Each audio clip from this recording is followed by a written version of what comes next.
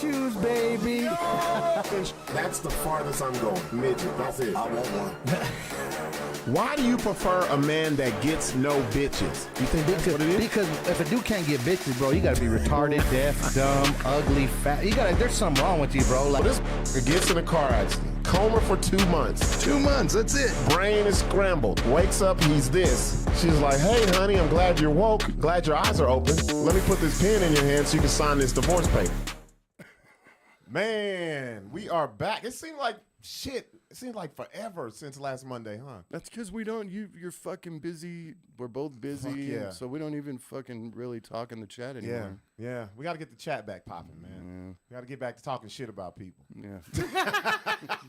Did you see that shit? I'm surprised you didn't hit me up about OJ dying.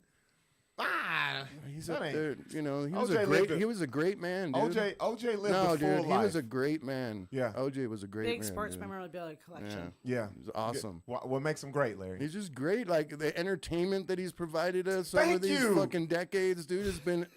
I said the same shit on the radio. We would have never have had the Norm Macdonald jokes. It was kind of the first true crime. Yeah.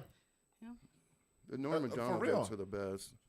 Man, OJ was an icon, bro. And he would have never gotten fired. He never would have been an icon for that. I mean, OJ has done so much for everybody. We should all literally be down on our knees loving him. Monetized. There should be statues of OJ.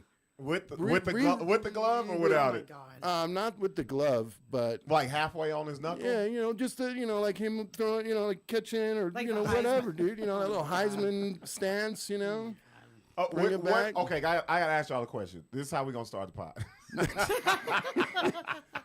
Is OJ more famous for being a football player or for being a killer that got away, or somebody who got off from? Definitely. But I don't even know what team he played on. So if that answers your question. Okay, but okay, I forgot to introduce Jill. Okay, we'll introduce her. Hold on. Give me 3 facts about OJ that you know.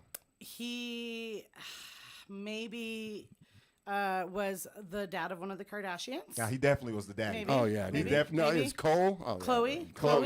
You can't tell because Chloe's face is all fucked up now. She didn't shaved off all the OJ in her face. Surgery, yeah. Okay. So that's one. Right. He had a 1994 white Ford Bronco. She knows the mileage on it. It had 136,000 miles on it. And he did prison in Las Vegas. There you go. Yeah. Yes. See? Yes. Nothing to do with football. You know what? Not a fucking thing I don't to do. think he did anything wrong there. He was just trying to get his shit back. Hey, take my shit. Guess what's gonna happen? Yeah, I'll steal my Hustle's gonna shit back hustle. too, dude. Hey, he drew down on it. They forgot. Paid for it or not. It's my OJ shit. was a fucking gangster. Yes, he was. Let's start the show off. We have a guest. Well, first we got to say the other half of the BS show is not here right now. He said he will be here during the second part after the break. Yeah, Sixx he's isn't special. here. Sixx isn't here for now, but he will be on the show. But who we do have here right now is comedian. Wait. Let me get your shit right. Comedy producer. Yes. Comedian. Yes. Lawyer. Yes. Jill Carlson. How you doing, Jill? I'm doing so good. Thank you so much for having me. I'm excited to be here. No problem. You were super excited. You said you were going to be in town. You hit me up for shows. And you were like... I wanted to come watch you perform, dude. And I'm barely getting back. Yeah, you've been out for a month and a half, bro. Yeah. Yeah. Did you go to Arizona? No. Oh, fuck no. Remember I had the... You had the 3 fucking dates. The day I was supposed to go, I had surgery the day before. That proves how much we haven't talked. Yeah. And how, in pain you've been. I had surgery on the 3rd. I was supposed to be in... You had a life-changing... 3 dates. I had stand-up... that stinks. What's it, stand-up live? Stir Crazy. And you had down in 3 Phoenix, days. yeah. Oh, man, that stinks. I'm It's sorry. all good, though. You'll get it back. Listen, you're going to come out better, stronger than ever. Yeah. I'm going to find out this weekend. Oh, he's going to find out. So Jill, you were looking for dates. You were looking, and I was like, I told you, hey, I've been out, but will you be here Monday? Yes. At first, she said no, Larry. I did. She's like, I ain't gonna be here, and I was like, what the fuck? Oh, I feel like such an asshole if I say why.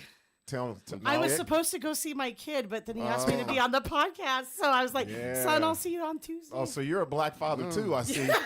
Apparently. I just need a place to stay. I'm sleeping at his house. He said, fuck the kids. I want to go have some fun. Fuck that shit. Right? Yes, but he understands. He doesn't like me at his house anyway, so it's fine. She made it happen. So Jill, she's in Most studio. most sons don't like their moms at their house. I'll tell you that. Like I can stand my mom for 2 days, and then it's like, all right. That Fuck actually y'all. is At least y'all had a exactly- mama not to that's like. It. That's Fuck it. 2 days, like 48 Fuck hours. both y'all. And I can good feel parent him. having You don't have motherfuckers. a mom or a father. Nothing. You got shit. No, your son. So is this the son that when we performed in Phoenix? Yes. And you were like, my fucking son thinks you're the funniest fucking comedian. His mom's a comedian. Dude, no, listen. My son thinks I'm an idiot. He doesn't like anything I say. He doesn't think I'm funny at all. Also thinks I'm a really bad lawyer, so that's fun. Hey, it pays his fucking bills. He better chill out. Oh, no, he's super independent. Oh, damn. I don't pay for nothing. Well, fucking I'm staying at adopt- his house. I'm crashing on his Well, couch. fuck. One of y'all adopt me then, you rich motherfuckers. Goddamn. Hey, shout out to everybody in the chat. What's up, Daddy Shell, Cherise, Patty? What's going on, Patty? So Patty is the fourth wall of the show. Yeah, she So tells me. Oh, hi, Patty. That's Larry's better half. Yeah, she tells me if everything's going fine. Or tell Nice. Larry. He So needs she's to- like an admin. she's way above that. She's way above an admin. She tells Larry Sorry, when Patty. I didn't mean to be offensive. no, it's her. She talks to fucking Larry. What are you talking okay, about? okay. That's Very nice man. He's very polite. When Larry gets too racist, she's in his ear like, Larry, tone down your racism. Okay, content control. I got it. Content moderator. Got it. Hey, what's going on? Alize. Yep, Patty knows what's up. So we're going to talk about a whole lot of shit, man. You know, we kicked it off with OJ. We didn't even know we was going to talk about OJ. Shit. I had to bring him up. Yeah, dude. we definitely got to talk He's the about greatest ever. OJ. I mean, think Has about been- it. The greatest what ever? Wait, what is what are we greatest, quantifying? okay, I'll put it to you like this. He's on the Mount Rushmore of content. There's been so much content created around OJ. Okay, Oh, yes, dude. you're right. Like, Because there's and the it's sports not- memorabilia Dude, and the burglary. it's not even low-level and the shit. murder It's and like the fucking Kardashians. up here. Dude, stars have been made from his name, bro. Yes. Kato He was Kaelin. like, Thank What you. did that fucker ever do? Judge Ito, where the fuck is he at? Dude, he had his it's own like, TV it's show. like when Monica Lewinsky sucked Clinton's dick. It made her famous. Yes. Yeah, Do you remember Sandra That's kind of Clark? dick I got. Sandra Clark was a prosecutor. The guy I dated in college had a hidden book where you'd hide your weed, but it was a Sandra Clark book from the OJ trial. See, look. Yeah. see? Everybody got paid off of that shit. Fuck yeah. Everybody. And did you know Gross. that whole defense team fucking died of cancer? Like, there's only one more left, and he's got colon. No shit? Yeah, all of them who's died. the only one still alive? I don't remember his name, but He it's must some not been old- one of the main- No, one it's of the not the main- major. He's yeah. not one of the main ones. Yeah. Not Johnny Cochran? No, he's dead He was the already. first one to die. Yeah, he died. He of died like a fucking month cancer after the quick. shit. Yeah. He was the one that was hiding all the bloody clothes and shit in that briefcase. Lawyers don't ever mention stuff like that. That- They're now just paid that- not to say anything. Now that's they're Arab, huh? Who? The Kardashians, right? Okay, Patty, that's offensive. No, I'm just kidding. They're Arab, Are right? they? No, they're Yeah, Armenian. Armenian. Armenian, Yeah, yeah. yeah. I was gonna say that. See, there's a white guy looking out for the black man right there, dude. But no, he's not white. Hey, what's going on? My sister's here. What's up, Creeper? Creeper in the building. OG's awesome. OJ, man, like, there's still people so upset, and we're old enough to remember when this shit was. Do you hear what the popping. estate did? Yeah, The OJ estate. They're like, we're not paying the gold. yeah. So he actually said that his estate is in care of. Was it like his lawyer friend or Yeah. something? And the lawyer friend said, "I ain't giving the motherfuckers shit. Yeah. They gets nothing." Because he was a trustee, probably. They Yeah. put in trust, yeah. Oh shit, we're talking to a lawyer. She knows Yeah, what the what's fuck. up? She does the real words and shit. Ugh. We're all me and Larry Why like. do you hate lawyering so much? Yeah. Oh, God. Do you really want me to go into this? Well, 'Cause it's, it'll I get mean, it's heavy. basically Like- like you're a counselor, but It is. And I actually do high conflict domestic violence and divorce law, and I that's represent fine. mostly male clients. And I So love, you get men who get their ass beat by their women? Do you know what? Actually, it's not that. Abuse is more than just violence. Okay. Actually, that's a good thing to go into with the OJ thing, you know. Yeah. I can talk to you about it. I he can did- talk to you he all did about it. kill- I'm writing he- a fucking He was book whooping about her it. ass. He though. did murder her. I mean, He didn't. Come on, Larry. Allegedly. no, Allegedly. I think he Put did. the, put the word But The it allegedly. civil trial proved him guilty. Allegedly. Yeah. Yeah, so. but allegedly. They had to get him somewhere. Yes, it did. They had to get the black man somehow. Hey, I'd rather you fuck with my pockets than fuck with my freedom. Fuck that shit. He was in there for a little bit. How long was he in there for? 10 years? But it wasn't for that. It wasn't for that. It was for right. But it was still 10 years. I mean, yeah. Was it? I think so. Yeah. Damn. I thought it was like 7. Didn't they let him out early because he was sick? I think they did. Yeah. And nobody even knew he had cancer. Did you know? No, I didn't know either. I didn't know it. Did you I know? thought he did. That's why I thought they let him out early. Because I thought I thought he got out because he was good behavior. No, I think I don't know. like I guess Cosby. I don't know. Yeah. Well, Cosby got. Maybe that's who I'm thinking of. Oh, Cosby. Cosby, because he got out early because of something. Because there was like he petitioned. He petitioned the court to dismiss the charges because there was something fucked up in the trial. And that's what it was. Or they're like, black men don't live past 50. Let's let this motherfucker out. Blind already. I'll tell you, I'm watching our legal system erode in front of my face. Yeah. Nothing makes sense anymore. You follow the law, you should win. People don't win, and they say, yeah, you followed the law, and it should have gone that way, but it's not going to. And working with people who are being victimized, abuse has become so much more insidious than just physical violence. Yeah. That's so much past that. There's coercive control, religious control, and I will tell you, as a woman, I hate saying this, but I have seen women particularly that they have a power and control dynamic over their men, and the men are usually good providers, traditional values. These ladies don't want to hear this shit, Jill. It's true. They're like, listen, my biggest cases are that, and I never thought this myself. You hear that, bitches? You would have never. I would have never. I had to say it for Sixx. I had to say it for Sixx. Like, honestly, I never would have believed it. But honestly, I sat there and I walked beside these men. Yeah. Wouldn't have believed it. See, she was a believer in the women. See, well, that's because I represented mostly females. Because that's what had happened. Yeah. And then COVID happened, and all these guys were shut up at their house. And I'm not saying, I want to be clear, the domestic abuse is. It's not a gendered problem. It goes for everyone. Yeah. But what I saw is, for the first time ever, the government was assisting abusers helping abuse. Oh yeah. That's something that's been changed. going on for years. Well, it has in small scale. That's what that's what child support is. All it is funding that the shit, government. Larry. Yeah, we'll come back to that. All it is funding judges' pensions. Look, Larry we done lost all these bitches because of Larry. What I do want to say is this. When I can watch a system and have sympathy for both the victim and the abuser, because the system is so fucked up that they don't know what to do, and the laws are not accustomed to what's happening, so nobody knows what to do when kids are getting hurt. Fuck that shit. I'm out, dude. Yeah, dude. I'm done. That's why. So you're a lawyer with a conscience. I have 3 more cases left. My last case, I'm not going to say the date because I don't want to jinx myself. Yeah. I am leaving this, and I am not doing it anymore. Damn. I will not serve the system. Can't you do something else? I don't want to. You know why? I sat there for years and I helped individual people, and I'm so fucking proud of those people. I have so many people. I hope some of you are watching. I love you guys so much. I've watched you go from broken to strong, and it's amazing. Damn. But I've helped them independently, and I've helped them through emails and quiet court hearings. And in the meantime, outside, nobody knew what was going on because I couldn't say anything. Because you couldn't say anything, right? And the other people that I helped were afraid to say anything. Yeah. And so the system got worse and worse, and I eventually sat there and went, holy fuck, I'm serving this. Are you going to keep your... I'm serving this, and the only way that I cannot serve this anymore is to walk the fuck away and talk about what I experienced, and that's what I'm doing. That's what I'm talking about. That's what I'm doing. Are you going to keep your license as like a back thing? I hope I get disbarred. Don't do that. No, listen, this is why. Because that you worked hard for this shit. Yeah, that's a bad thing on your record, this right here bro. is so much more. It's not really, because I know what happened behind it, and if you think I don't keep Yeah, evidence, but other people I'm that a see it white don't. bitch. I have screenshots of You fucking see that? everything. You see that? I have everything. Yeah. So when this you're is what a I'm trying white to tell bitch, you have the power, Larry. Normally, here's what it is. I've actually been the only female attorney in my district for 12 years. I was gonna ask you about that. How do you? So how much? And the fucked up part is, she said this is her.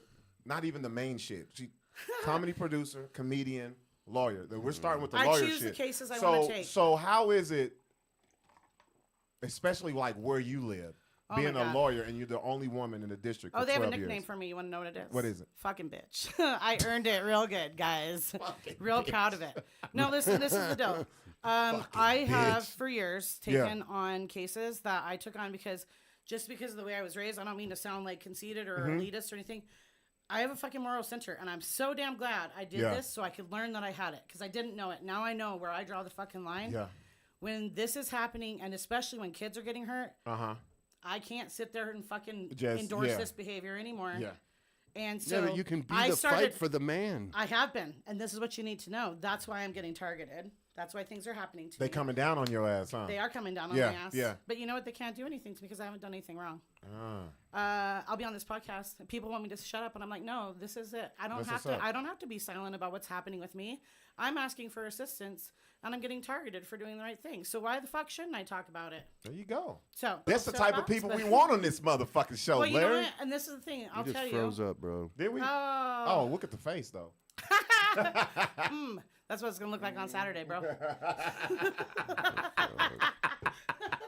I'm glad you laughed at that. Give me a little toasty, so I don't think good. it. All right. Okay. That wasn't rolling, was it? No. It probably was. Yeah, I think so. Well, it was rolling audio.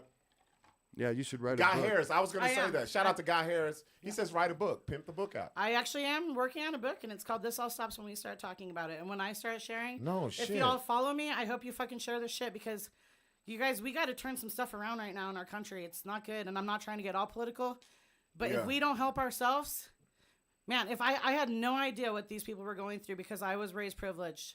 I didn't know what white privilege was until I was 35 years old when they started talking about it, and I was like, wait, is that me? Is that me? And then you looked up the definition of, yep, that's me. Can I tell you something, though? This is what I see. It's not even just people of color because I'm not going to give this person's name, but one of my clients said something to me that resonated with me so hard because he's a conservative white male from rural Colorado. Yeah. And he's been getting targeted bad. They're fucking with him with lapel cameras and all kinds of shit. And he said to me, I've been a Christian conservative my whole life. But he goes, if this is what the Black Lives Matter movement is about, I feel horrible forever judging those people. Well, they only, you said, where is he at again? He's in, I can't say where he's at. But what reason? He's in good old boy fucking country. Yeah, they fucking with him because ain't no niggas up there. Let me move up there and get the heat off his ass. Listen, I don't want to put you into that. But what I'll say is this. Hey, bro, hit me up. I'll come up. Let me stay for like a month and get the heat off of you, man. Well, yeah, no, I think it's going to come out because you know me, I love making scenes and I have a lot of evidence. But what I'm going to say is this. I don't want to live in a country that lets this happen. I don't want to live in a state that lets that happen. Yeah. And I'm like, okay, what do? I can either walk away from this and go, God, that sucked ass. Fuck my student loans. I can make it be for nothing and I could lick my wounds and just be sad. Or I could go, wow, that sucked, but holy shit, I tried to change it from the inside and I can't fucking do it from the inside, so I got to get out of here and I got to get people that can help change it. Yeah. That's you what go. I'm doing. That's it. You're better than me because I've been like, fuck all that shit. I'm not always better than you. 2 years ago, if this had come in my lap, I would have said, fuck it. But the right set of circumstances just came together right at the right moment. I was on my way to Vegas the day some shit popped off. Yeah. I was supposed to go there, help out with the Laugh After Dark Festival. There was going to be industry people there. And something happened with one of my clients that was pretty serious. It was a scary situation. And it's a person I've grown to really care about because I've watched there and I've walked through. And I canceled my trip. And I haven't done comedy hardly at all since. Well, okay. So let's talk about the comedy part. That's going to be the big part of the conversation with you. How long have you been doing comedy, Jill? I started comedy June 4th of 2008 in Kansas City, Missouri. Holy shit. And for you, what's been the biggest show, the one show you're very fucking proud of? And it don't have to be no big shit. It don't whatever that you felt was, you know what? That right there is the one. Kill Tony, dude. There we go. And if she didn't say it, Larry, I was going to get on her fucking ass. That's awesome. Yeah, no. Kill Tony. Now, this was, everybody who knows anything about comedy knows about Kill Tony. It's my favorite show. I watch every week. You were actually on Skankfest. I wasn't on Skankfest. No. Well, let everybody know what Skankfest is and then tell them what exactly it's you the are. raunchiest of the raunchy. Can I do a pre-log to the story? Yeah, go ahead. Okay, so October of 2022, I planned the 6th annual Four Corners Comedy Festival, my baby that I grew from something to nothing, or from nothing to something. And you've had some Albuquerque comedians on that I've had a number of Albuquerque comedians. I've had Zach Abeda. I've had Joshua Fournier. Steph Darnell's been out there. I don't know if you did the fest, but you've definitely been out there. I've been out there. I haven't done the festival, but I've been out there. You did the Cloud one, didn't you? No, that's in Santa Fe. Yeah, that's a Santa Fe one. I think they started around the same. Well, I think they started in 19. We actually started in 17. But anyways, 26 events. I planned it. I had a hard time delegating 9 different venue spaces, 4 days. So you took on every fucking thing. Of course I did, because I'm an idiot. Okay. And I also picked some people that I wanted to put up as what I would call executive producers. However, I learned a really, really good lesson from this. What's that? I picked people that were funny, not people that were reliable. To help me. And whenever they did so being reliable is a better trait to have than being funny. Don't ever pick a comedian to do anything that's it was a lesson I learned. But here's the thing. Okay. Especially after 2 o'clock. You need to know something that's about me, though. What's that? I'm the comedy mama. They're my babies. Yeah. I love them. And I'm like, God damn it, you're so funny. Why won't you get your shit together? That's my problem. Yep. Yeah. And so I put those people in positions. That's what makes them funny is they're fucked up. You're right. Very true. You're right. But what I say. Look at Buck. Yeah, I'm real fucked up. No dad. Fucking well, mom. I kind of mean like. That's fucked up to you. That's perfection to me. You know how many people who have the same story as me? You know how many times I've told you, like, I can't believe you're not in prison or a fucking junkie? Go ahead, sorry. I forgot what I was talking about. It's because I didn't grow up with Larry. That's why I'm not. Do you have children? Yeah, I have a daughter. I have 4 kids. You have a daughter and then you have 4 kids? No, I have 4 kids by 4 different You see how the number kept going up? 3, 4, 5, 6. Well, because the other 3 Do kids. You have 3 sons? No, I have 2 sons and another daughter, and they're all like in their 30s. So yeah. Oh, okay. I decided to start over. Larry been slanging dick in every decade. I hope now I have a 13-year-old. I have a 23-year-old. I don't want anymore. I'm good. Yeah. I'm good. So you got these people together, executive producers. They're Anyways, funny, but they're not reliable. I got a really good deal in a theater. Yeah. It was one of the biggest rooms I'd ever had. I saw all these empty seats and I thought, fucking money. And it was the biggest flop ever. All the comics had a great time because it had that vibe I like to create. But I cried my fucking eyes out. It was a flop because it didn't make money? Oh my God. And like I had a hard time advertising and my algorithms were all fucked up. Like it was just a failure all the way around. Okay. And That everybody's happens. well, but here's the deal. I'm there. It's supposed to be my thing because I've been working this thing. It was supposed to be the big one. This was supposed to be it. And I put too much into it myself. Yeah. But then I didn't delegate. That was part of it. I picked some of the wrong people. That was part of it. And the combination of factors, it just didn't work out. It sucked. It was the second biggest production failure I've had. The first being producing Sam Talent, which was fucking embarrassing. Thank you, Sam, for always being cool to me when you see me instead of being like, she's shit. Because I cried my eyes out about that one too. But anyways, I get done with my festival. I'm at a fucking low, dude. And then some shit happened personally with my family, and it set me a little bit further low. And somebody gave me a free ticket to Skank Fest, and I was like, "Fuck it, I'm going." It was and let everybody weekend. know where Skank Fest takes place. It was in Las Vegas. Right. And see, the good thing was I had the hookup because I had people that lived there, so I got a free place to stay. Thank you, Leah Mendez. She let me crash at her house, and I got this free ticket, and I went to it, and okay. How the fuck did you get in front of the microphone? Hold on, let her get. Hold on, I'm getting there. Yeah. In fairness, I didn't go to a lot of the comedy shows. I went to the spectacle shows, but I just ran this weekend that was a failure, and I had all the pieces in place. I had good comics. I had the right vibe. It just didn't work. And these kids paid $497 to watch a dude stick a Nintendo Duck Hunt gun up his ass. Yeah. That's and I was like, what the fuck is comedy anymore? Larry loves this shit. Look at that. Oh, dude, I was so mad. I was so fucking mad. Then, wait, it gets worse because all the baby comics in Vegas, and I told you I'm the comedy mama. Yeah. They would ask me questions, and I appreciate they trust my feedback. They said they shunned them all. They're having this event there in Vegas. They shun all of them. And it's in the inbox, Larry. They said to them, hey, if you guys do the naked roast, we'll let you do the show. So all these brand new comics that were just doing mics, thank you. They were just doing mics. And they were so fucking eager. They were like, this is such an honor. And I'm like, no, baby.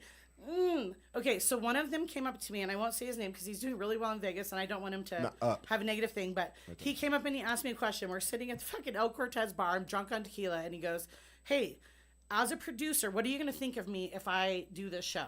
And I was like, great question. That is such a great question. Thank you for asking it.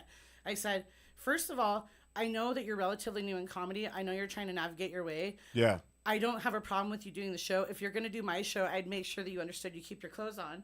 But I said, I think it was bold of you if you're going to do this. But I said, you need to understand something, honey. They don't want to hear your jokes. They want to see your dick. They want to see. Yeah. They want to see your dick. Yeah. This is a form of humiliation. This is fucking gross. Yeah. Okay.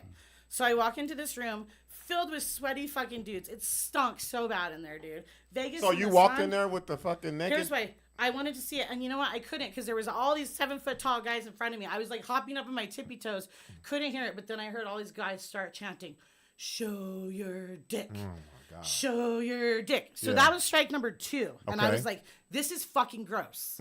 Okay, so Skank Fest. No. The name is called Skank Fest. Wait. Like it's the most disgusting of all the comics that go there. It's not comedy, because here's the third thing. Okay. But The kid who gave me the ticket.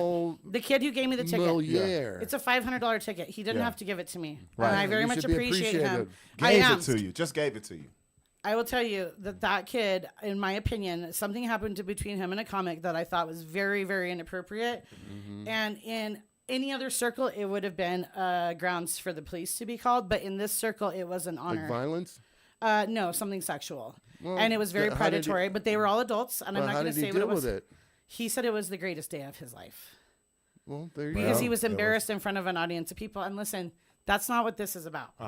So by the time Yeah, but Skankfest comedy was changes. ending, Hold on, Larry. Hold hold on. on. By the time Skankfest is ending, I watched this whole thing over the weekend.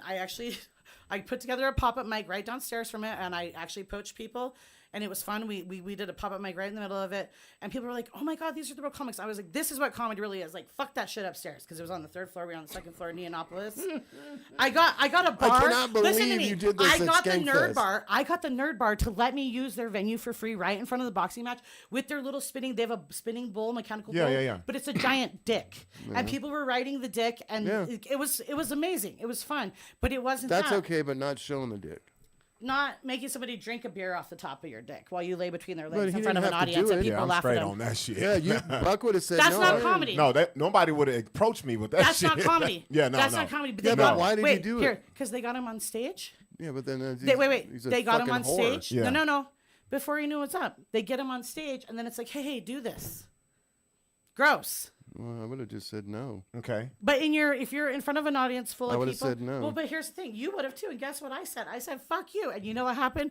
3,000 28-year-old douchebags were like, "Fat bitch," and I was like, "Cool, keep coming Well, with they me do with that it." They go- I know, but listen, that's what I'm that's the saying. show. Not everybody has that though. Yeah, I yeah, can yeah. do it. I Yeah. can do this. You can do this. Yeah. Not everybody can do that. For some people, that's a bullet to their brain. Well, they do. That's true. That's what I'm get saying. If you know Kill Tony and you know They the don't, history though. of Skankfest, then they need to do some fucking research, That's man. the whole thing, but that's what I want you to But- understand. These kids that are getting started, first of all, and I think you'll understand this. Number one, A lot of them do any fucking thing. A lot of them will. Yeah, Rarely they will. do they get someone who shows a vested interest in wanting to help them fucking improve. Yeah, Rarely. Back up Yeah. off the mic a little Sure. bit. There you go. Sorry. I get excited. Sorry. I know. But rarely do they get somebody who wants to help them. Secondarily, sometimes when they do have that person, they're like, well, no, I've got this vision of what I want to do. But what I'm trying to say is, like, if the best thing a bunch of professional comics can do to roast me on stage, didn't talk shit about my joke. All they could do is call me fat. Hello, I've been fat my whole fucking life. I have better fat jokes than those fuckers do. And I'm like, you're professional comics. If you're trying to set a tone for these kids, at least write but better fucking material waiting for a fat bitch That's- like me. But that's Tony Hitchcliff's deal, man. I know, no. Wait, you're, wait, no, I you're, gotta- you're missing the point. I got a question. Yes. Were people laughing? Dude, you know what? I had 4 bookers hand me cards, and I had 10 women come up to me after Wait, the hold show. on, no. There you Were they go. laughing They- at the jokes on They you? were. They Okay, were. That's And all then I this is care the thing. about. You know what I said? I said, fuck you. I'll book my own shows. I When they remember. I seen it. When they That's all. started We're gonna see it booing, here in a second. when they started booing, it's because I said, oh, I get it. You guys are like the Marvel universe of incel comedians, which I think is a fucking hilarious line, personally. You need to. But see, when you're in the belly of the beast, it's the belly. you of the gotta beast. Dude, listen. you gotta get Can I down tell you dirty what? in there. I got fucking puked up, and I went on 2 fucking comedy tours because of it. So there you go. Well, there It you didn't hurt me go. at There's all. always- Well, And they're so- not trying to hurt you. No, and this is the funniest. So I had people come up. That's what I don't think they were, but what They're I'm not saying trying is to hurt you. the That's people their who are deal. beneath them, the people who are beneath them. Oh, I know, I get it. That's why I stood up to them. What am I gonna do? Cry like a bitch? Fuck no. No, Yeah, you yeah. shouldn't. But this thing, like the comics are like, they're never gonna book you, and I was like, cool. They were never gonna book me anyway, and I wouldn't book them.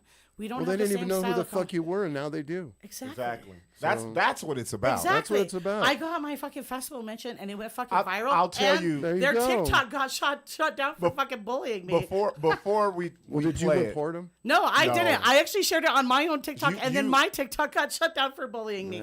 this is TikTok what the sucks. only thing I didn't like Yeah. was people who knew you, and people who know you should know you're Dude. you're thick skinned. I actually don't. I don't like them bullshit ass people who are on your post.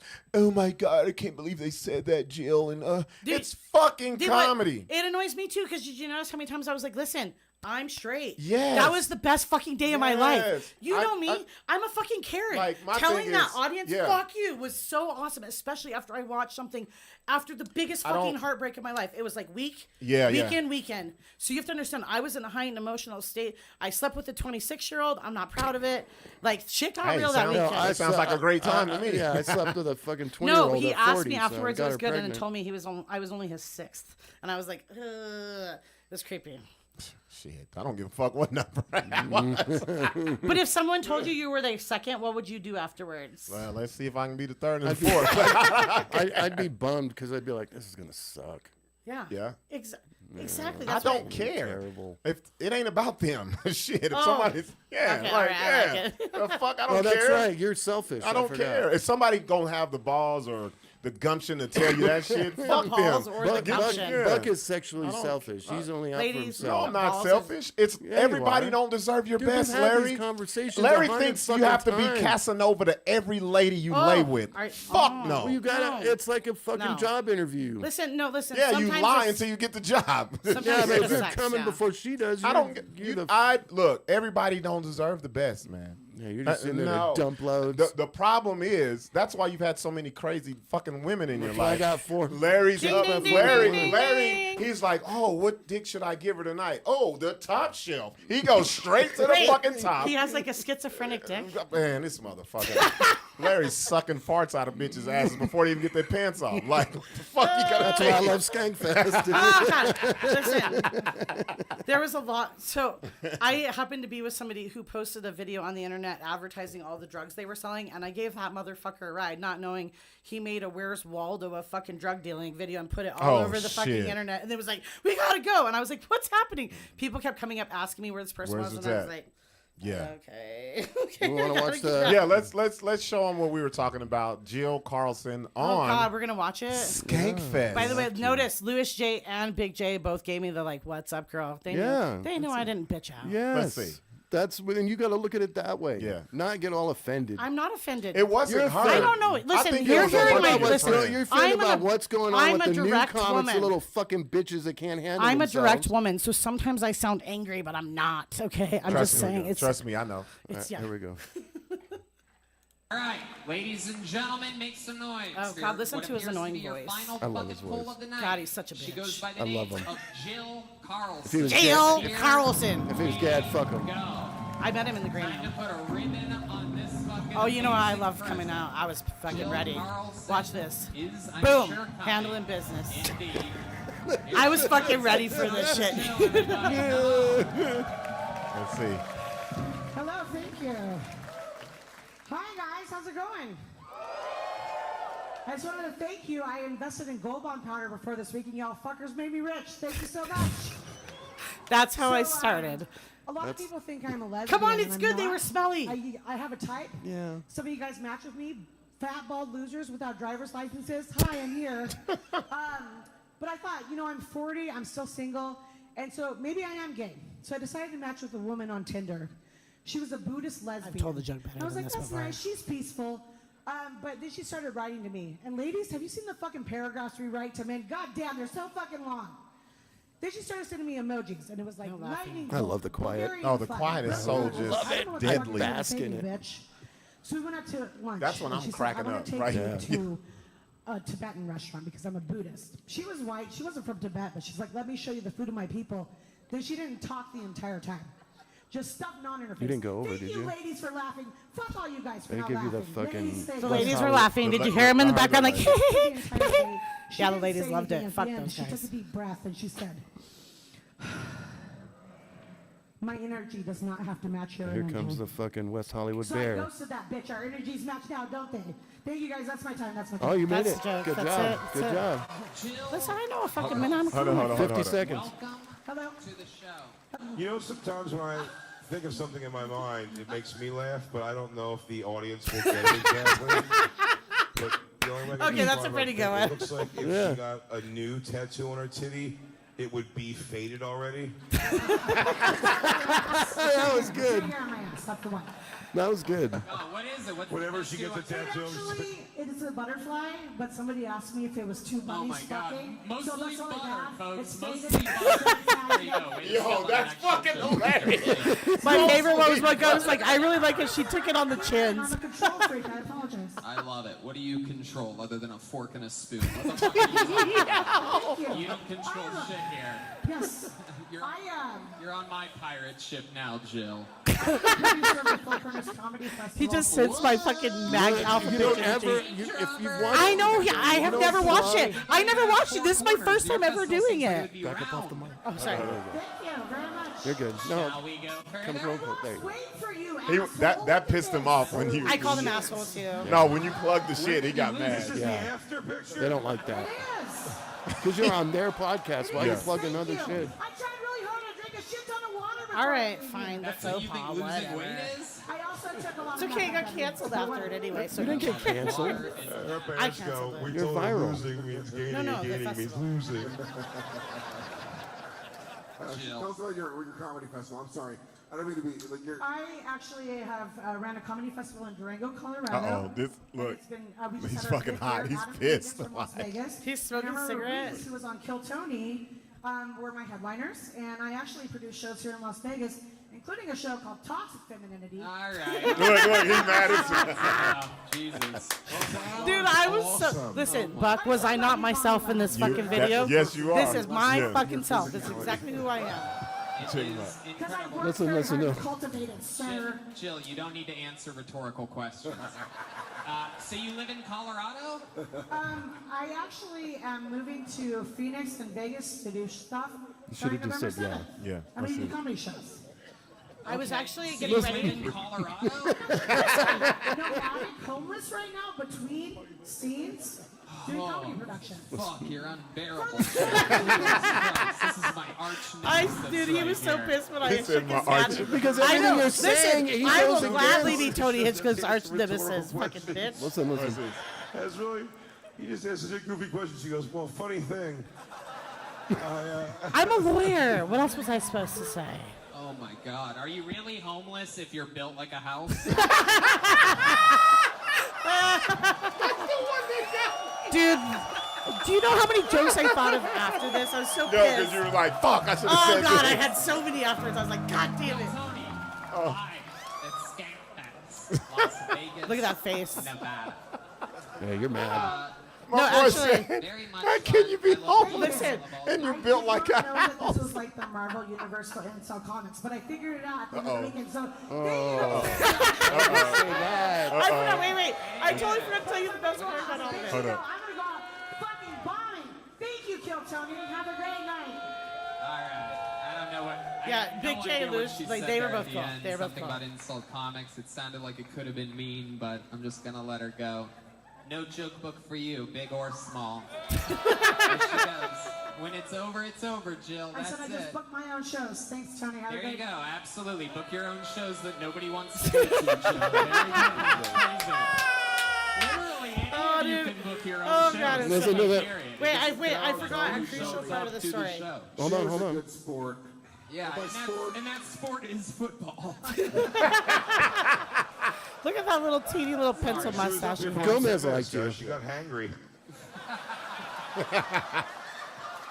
I really wish I. Oh God, I had so many. You were a little angry. Oh no, Fuck, I would love I'm to just be on direct. this shit. I'm I just know. direct. I'm just direct. I would love Listen, to be on this they shit. treat you bro. like a Love threat. it too. They would Come on, treat you people like a are threat. all Oh, different styles. I'm coming hot. All They would different treat you I like ain't a threat. telling no jokes. I'm just See, but roasting. that's what I'm saying. You know me. That's okay. So that's what I said. You and I were. Have you and I not always done that kind of fucking Look comedy? at your sister, Yeah, dude. my sister cannot be a comedian. Why She- not? Well, she No, grew up with listen. him. First of all, Girl, fuck yeah, we know how many seriously, fights we the got best- into. So this is my favorite though. I love it at every show, especially like I get big dogs sometimes. I'll go come off a headlining tour and then I'll go to like some little piddly town and I think I'm headlining and they're like, "Oh, you got 7 minutes," and I'm like, "Okay, I can be a fucking asshole about this. Or I can just accept the gig," and I take the gig. But one of the things I always love is after a show when they come up, they're like, you were the funniest. And I'm like, yeah, I know. The woman, yeah, thank you. I appreciate that. And What? see, that's what I loved. I had all these women come up that were like, what the fuck is all of this? This is so gross. Yeah. You were funny. And I was like, thank you. Because of the way that it's set up is not like you and most of these young comics that you said got abused or whatever the fuck. I didn't say abused. I said it was predatory. Yeah. Well, whatever. It's not predatory. It's pranks. It's bro shit. Listen, and can I ask you a it's bro question? shit, and some of these guys are feminine and they can't handle it. I need to ask you a question. I'm with you, Larry. If they didn't want to do it, they wouldn't have to do it. I'm the feminine who couldn't. I'm the female who couldn't handle it. This is my question. Yeah. If a man who was wearing a dress and he's a 500-pound sneaky man. Let me forget that. Yeah, I know who you're talking about. He pulls down the front of his dress and he. Like basically just like sort of gives him a hand job until he's like half erect, and then he has the comedian who's doing this. Yes, he has the ticket holder. You know what? This is some white people shit, bro. Ain't no fucking while way. While he pours a beer over his semi-erect dick in front of an audience of Jill, people. I'm gonna tell you right now. Comedy. They know who to pull that shit with. You know what it is? They know. They know. There's no fucking way. You know what it is? You know what it is? It's not comedy. What it is a break in between segments of shit. That's why I said. Because they don't want a singer up there, so it's some fucking freak of nature they set up there because it's Skank Fest. I said at the and beginning. if some stupid fucking comedian wants to go up there and jack off some fat, sweaty fucking dude, that's on him. Them. Okay, yeah. but listen, like I said, in fairness, before I started into any of this story, I should have attended more of the comedy events. You gotta just watch. I didn't. I went to the spectacles, and I was just like, because people in Vegas that are just tourists are walking around and like, oh, comedy. What is this? Yeah. And then they walk into a buzzsaw. No, listen. This is not it at all. It's like very excluded. It's on the third floor of the Neonopolis. It's exclusively for that event. Yeah, but there are tourists that go. They walk into. No, these kids save their money like for years to go to this thing because I wanna go the too. tickets $4.97. Yeah, that doesn't include parking and food and drugs and the motel and about fucking $5,000 gasoline and travel. Dude, these kids spend so much money to save this, and I'm like, okay, cool. So. That's what I'm saying. To me, maybe okay, you're right. And comedy is subjective, and I can be very, very honest. I think there's different pockets of fucking comedy. I would not enjoy walking away from a show like, oh, cool, I just sucked that guy's dick. Yeah, but you didn't have to suck his dick. Yeah, I don't suck the dick. I never suck the dick. I know, but the people who did, they did it because they wanted to. But what I'm saying is, I'm with you on this, Larry. You're that desperate. Yeah, if a lot of people do anything to get on. You know, look at Josh Fournier. What's up, Josh? He could have went up on stage and still. Like flicked him in the dick or fucking. There's so many jokes to be made. Yes, there's so many fucking back jokes. Up for 1 second because I've seen you yourself talk about worrying about your physical space in comedy. Yeah, but he and knows. here's my no. But I control it. Here's my thing though. But wait, hold on. There's a difference. Hold up. I when I talk about my physical space, it's not when I'm performing. I know what you mean, but here's what I'd also say is this. When we start to breach the audience wall, and we bring people up there, sorry, I'll say it. As a producer, I have a duty to make sure that person feels safe on that stage. So if I have a kid who's feeling coerced into something, because people are going to be like, fucking pussy, and he knows all these people that he hung out with this whole weekend, and all these friends are going to call him a bitch. If he doesn't fucking do it, that is a problem. So, man, this is a whole different conversation. That's coercive. It's disgusting, and I watched it happen, and I hated it. So you're saying, was this at just Skankfest or part of the Kill Tony thing? No, Kill Tony... I didn't even understand what the fuck Skank Fest was. That's how I came up with the Marvel Universe thing because I asked somebody. Because I can understand that. You know how I can't know? I mean, the fucking description is right there in the words. Can I tell you why I don't know? Because I spent the last 15 years of my life building up amateur comics and watching amateur scenes. I watch every scene in the country. But that's usually how big fucking opportunities happen. You stumble upon the shit. You're right, but this is what I want to say is I've seen comics on a bar show in fucking Nebraska that are 10 times better than people I saw at Skankfest. Mm-hmm. And because I didn't know those people, why do I? No. It's not about that. You know what I mean? It's not about that. Yeah. What I'm saying is this: there's a certain what's happening right now in the Austin scene. If you watch the Austin scene right now, I won't talk too much about it, but there's some division in the ranks. No, it's a lot. There's some division in the ranks. There's a lot. No, it's a lot. It's a lot of bullshit going on down there. There's a lot of bullshit going on. But here's the thing. For us to be claiming that we're not a bunch of gatekeepers, what a bunch of horse shit is that? I try not to be. Here's the thing. The only time I keep the gate is if you fuck with me. Right. If you fuck with me, here's how I feel. Then I keep the gate and say, hey, you don't work with me anymore. Here's how I feel. There's shows here in Albuquerque I will never fucking do because I think it's stupid as shit. It's dumb. But I also say this though, that's their lane. But don't be mad when that's the only fucking lane you'll ever get into. Well, so, and then here's the other thing, too. I think it's okay to have, like, a personal interest. I'll tell you this. Can I tell you the show that you and I did together in Telluride? Yeah. Dude, that was the best I felt on a show in fucking years. I've been carrying so much shit, and I was like, oh, my God, I don't have to run anything tonight. Yeah. And you know me, as a producer, that show killed me. Yeah. The DJ, the oh, tiny, yeah, he was tripping. As a producer, that show was like, oh, my God. Yeah. But I was like, no. I'm here to have fun and just be a comic. Yeah. And, like... That's where I'm like, just there's just such a weird culture. Like, let me ask you a real quick question about Kill Tony. When you went up there, I hate to go back, but no, Larry's a big fan. When you went up there, did you already have a set ready to go, or were you just going off of what you had? I actually sat there in the back. I was in the back with. So you didn't prepare? No, fuck no, I didn't prepare. I wouldn't either. Fuck no, I didn't. Well, you don't have. I didn't know what it was going to be. I would be. You don't have to. I would 90%, dude. 90% of the comedians out there have to prepare. Mm-hmm. You don't have to. I would observe. That's why him and I fucking work together. I have observed. We have a similar style. I would just be there, checking out the energy, what's happening. Listen, Not saying I don't have shit in my back pocket, but I wouldn't have pulled none of that shit out. Because no. Yeah, you got. No, listen, see, and I think that's the thing is, who knows what they were gonna get? I mean, I could have told a weed joke and they'd be like, "Oh, fat weed mom." No. Let me tell you something. It has nothing to do with your weight. It has nothing to do with anything like that. Because there's been many. I've watched many a big girl up there own that shit. Own it. Yep. This is what I want you to understand. The one porno chick. Wait, I need you to understand something. This is really important. Okay.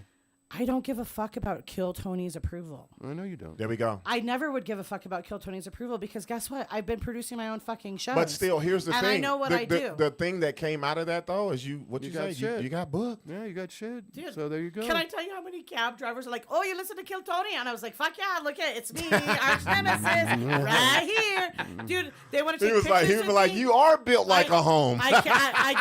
Seriously, my favorite one that any of them ever said was, I really like her. She took it on the chins. And I was like, Gomez. That one's fucking good. Come on, that was fucking great. So I got it. Let's talk about more comedy, regional, local. Oof. Let me ask you. Jill, one more Kill Tony question. Okay, Larry. And it's nothing about you. How in the hell did you get booked on that show? Because I didn't. You put your name out? That's the whole thing. No, this is what's so beautiful. It's a bucket mic, dude. Yeah. It was totally supposed to happen because there was 500 people who threw their name in that bucket and they made us sign fucking waivers that we couldn't sue them and they were going to use our image and blah, blah, blah, blah. And I sat there and I called Dave, my business partner, and he's like, dude, you're going to fucking get on it because Dave, just like you, he loves Kill Tony. And I was like, if I get on there, I'm probably going to tell them to go fuck themselves. Well, you're like, a girl. There probably wasn't many girls. But this is what happened. They were done with everybody. They're 10. And he goes, I'll tell you what. Let's take one more. They needed a girl. Did they have any girls earlier? I fucking closed out that show. No. That's the format. Like what happens is they mostly pick dudes out, and then they are forced to find a girl. So guess what? They were forced to find this bitch. I don't know if that happened or not. That's what I'm asking you. I think that's what happened. Okay. Although I can tell you, people have asked us if it was a setup because people know me from before. They're like, I don't think it was a setup. Did you? No, but I have had people legitimately ask me like. Well, that's what they do with everybody. That's sensitive people who don't know what that show's about. That particular episode, from what I've heard, is one of the most notorious episodes, and that's one of the ones that he got the most pissed. And people have told me, and so that's what I'm trying to say. No, he's been, dude. Oh, I saw. You're not the only person, dude. I've heard him tell people, I fucking hate your guts. Can I ask you a question? Get the fuck off the goddamn stage, you piece of shit. Here's my question. I've heard him say it, here's dude. It's fucking nuts. Who has Tony Hinchcliffe booked of all those kids that he gave a pat? Are you kidding me? I know about Cam's blowing up. But do you know how many people go on that show? Montgomery. Wait. You're missing wait. Look, go ahead. Do you know how many people go on that show? Hundreds and hundreds. Okay, so but how many of them are fucking good though? Or like ready? The majority of those people that go up there are not prepared. They're not ready, and they're not comedians. It's usually their first or second time. What the fuck are you doing? Yeah. You shouldn't even be signing up for this shit if you're not prepared. Well, no, but that's what the nature of the show is. They even say, let's bring you on stage. Come on, you can do it too. They even say when somebody does something like that and wastes their time and doesn't prepare and isn't a comedian that's good, that's the worst thing you could actually do. They say it, but they still show it. Listen, that's a part of the allure of the shit. Can I ask you a question? What's up? I get your style, and I'm not shitting your style. But does your style have room for a person like Buck, who's not going to shut his mouth and not going to fucking kiss the ring? Buck is a very versatile comedian. Okay, but here's the honest question: do you think Buck D would be successful? I've seen Buck change on a dime. Will Buck suck the dick? No. Hell the fuck dude, no. he would've That's why I say made the- Kill Tony's not the no. end all be all of comedy. It's not. And No, I anybody agree who- with you. I'm not saying Anybody who it's the pretends end all like it be is. all, but it's definitely Johnny Jill, Carson. I tell you what, Jill. I tell you what. I get what you're saying because I've had so many people say, "Boy, if you could get on Kill Tony," and You'd kill and it. I'd say, yeah, but if I never got on there, I wouldn't be like, Yeah, oh, who gives a it's, fuck? Can I it's tell you, I'd rather have 1 million fans in small bars across the country than 50,000 fans at a fucking festival. Straight up. Yeah, but I you're love my getting little. millions. I- Fuck that. Give me both. Wait, What are you listen. talking about? understand That this. fucking me show five. has Wait, 10 as a million as a- subscribers as a- on YouTube yeah. alone. Hold on. Go I ahead. don't give a fuck about YouTube. Go As ahead. as a comic, Okay. do you think I'm doing this for money? I'm not doing this for money. I'm a I'm not fucking saying lawyer. you are. Why are you But taking the- so? No, you're that's what getting I'm trying so no, offended. I'm not Go ahead. offended. No I'm reason. Listen. Go ahead. You need to hear something again. I'm going to say it to you one more time as a lady. Yeah, you say I you don't speak get very offended. directly, Yeah, and I so know I you sometimes say sound that. angry. Yeah. No, you're not angry. Larry, she'll No. eat you up in the courtroom. Listen, She'll tear your I ass have a up. very direct way of speaking. If you was OJ's lawyer, he'd have been in fucking prison dead. But this is what I'm trying to tell I you. got him off. Is basically, I have gone and done the small comedy tours. I love doing bar shows. I'm not saying anything against theater shows. why'd you I'm go not saying there? anything against club shows. I like bar shows. I like Yeah. bar touring. It's a model that I like. I actually have a style of production. I've nicknamed myself, and it sounds cheesy, but I call it the homie hang. You're a great homie hanger. What that means is you come to I the bar bet your tune beforehand. would be different. if Hold on, fucking- Larry. Let her No, finish. you Go come ahead. to the bar before the show and you fucking scan the landscape and you go and find somebody to fucking talk to. And before you ever set foot on stage, they think that you are their friend. Yes. And I tell my comics, be the comic you want to drink, that they want to drink a beer with after That's the very show true. is over. Why are you putting That's this why fucking dudes are invisible? sucking each other's dicks no, on stage. no, that's the opposite. That's the exact opposite. It's because of you. No, I gotta be serious about that. That's the exact opposite. I got a the, comedy- The cult of secrecy, the elite initiation. Yeah, That's where true. that shit's coming from. I got a question for you Yeah. though. So, you've never fucking done comedy in Albuquerque. Never. Did you know that? No, that's I did weird. not know that No. until we were talking. Can I You're tell you- funny. wait, I'm sorry to say Wait. you're Hold on. funny. Why do you think that is, Jill? Because I let have me a story, finish the yeah. rest of this. Why have nobody had you on a show in Albuquerque? But I know a lot of motherfuckers from here. Yeah. I've been on and your I know shit. a lot of people who reached. How do I get on with Jill? And You don't think and I'm watching? I watch everybody. Yeah, Larry's. I Larry's. watch But go everything. ahead, go and be real. This is the BS show. I'll tell you the first thing. So You ain't been on the show, so you can't fuck up an opportunity. I can't. So first of all, I was booked here once. Do you guys remember the Comedy Vaults? Do you remember the Comedy No, Vault? with I did the Timothy opening. Sparks? I did the opening weekend. Okay, listen, I'm gonna tell you straight up. I was booked for opening Let me weekend. guess. You're the Can I one tell that you- told on everyone. No. He tried to suck a dick He in the wants back. it. He wants me to punish him before the show's over, right? That's what he wants? Okay, Go got ahead. it. Go ahead. No, so Timothy had booked me on the show, and I was talking shit about the Motley Crue Netflix movie.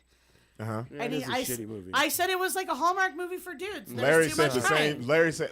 I posted stupid. that on Facebook, and this dude, Timothy, lost his fucking mind. It was like, I cried when Vince Neil's daughter died.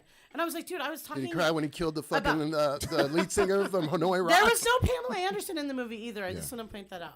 But no, So he got mad at you he for got that. mad at me, and I was supposed to do their soft opening, and then he said, "Hey, we're gonna cancel the show and reschedule it." And I was like, "Okay, cool, no worries." I remember that. But Jacob Jonas was on the show too, and Jacob Jonas was from my scene, and he's like, "Yeah, I'm going to Albuquerque," and I was like, He lied to you. he fucking canceled me because I talked shit about the fucking That dude was Motley weird. Crue movie. That And then, little dude was weird. Well, then I Well, heard you got like a lot week. of fucking I weird heard that the comedy week that dudes. I was supposed to be there, he shut the why they're all microphone sucking off. each other's dick. He shut the microphone off because somebody did like anti-Trump stuff, and he didn't vet the comic. And then like the very next week, I had heard he like sexually harassed some women, and a bunch of female comics boycotted, and he was shut down for like after like 2 weeks. The real shit is he didn't have the money to keep that shit open. Probably not. So That's what it Well, he was. spent $16,000 on that neon And he sign, was I he remember. owed so Yeah, many that sign people. was stupid. He owed Yeah. so many people. 16,000. But yeah, no. So So, no, that but was the first thing. oh, And then, so why haven't you been booked since then? Because that's Yeah, been we a got little the bit. dry heats. We got. I the- don't get booked very often. I get booked by people from other areas. I actually kind of used to. Isn't that a good thing though? It is, and I actually, I'll be honest with you. When I was running my scene, I didn't ever really tell them what I was doing outside of here. I would share on my like comedy platforms, but I didn't share my personal thing because I didn't want them to get like thinking they were like the hot shit. They weren't. Yeah. But I quietly like, oh dude, I was so proud of those kids. They were writing really well during like 20 and 21. Yeah. And I was sending them out because I like helping comics be like, no, stop with pedophilia jokes. Not the right time. You worked with some weirdos. I've peeped you. Well, she's like part of the some karaoke. real. She's part of the karaoke community. There's some fucking retards in there, dude. Actually, karaoke community. I'm not kidding, bro. Like karaoke fucking community, retards. They take it pretty seriously. So hate these would fucking you mics, would you want to do comedy here? Like, because I see motherfuckers in the So comments. I will tell you, Sarah Kennedy's. She's offered to me. Sarah, I see you there. Thank you. Sarah has definitely offered to me. I think you would do great at Dry Heat.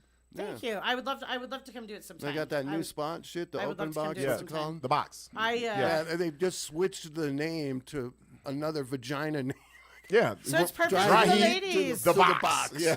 Nice. It's all pussy. Nice. Cool. We actually had a gay Yeah, bar have you ever that we looked called at Down the the? Rabbit Have Hole. you ever looked at the emblem for Dry Heat? It looks like a uterus. It's a kinda. fallopian No, tube. it's Fallopian obviously tubes, yeah. Baphomet to go.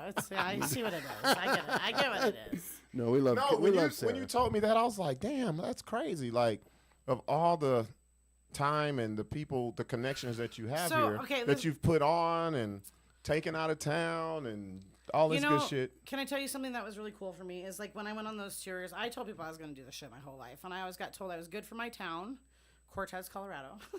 Yeah. And that like I shouldn't do it. And when I went on those tours, I did the thing I said I was going to do. It was like, fuck yeah, I could have done this if I wanted to, and it was enough for me. Yeah. I had people fuck with my money on the first tour, and I got sexually harassed the second tour, and I was like, cool. I might try it one more time, but we'll see. Sexually I don't know. harassed like how? Oh, the entire time. Larry wants details of harassment. I can I tell you something? So this is a very strong power. I'm just fucking with you. No, I say it was just I had worked with a comic before who asked me to come on the road with them, and I even knew their wife and their child. And about a week before we went on the tour, all of a sudden our rooms that I was supposed to have separate rooms got canceled, and I just thought, okay, maybe it was just One room.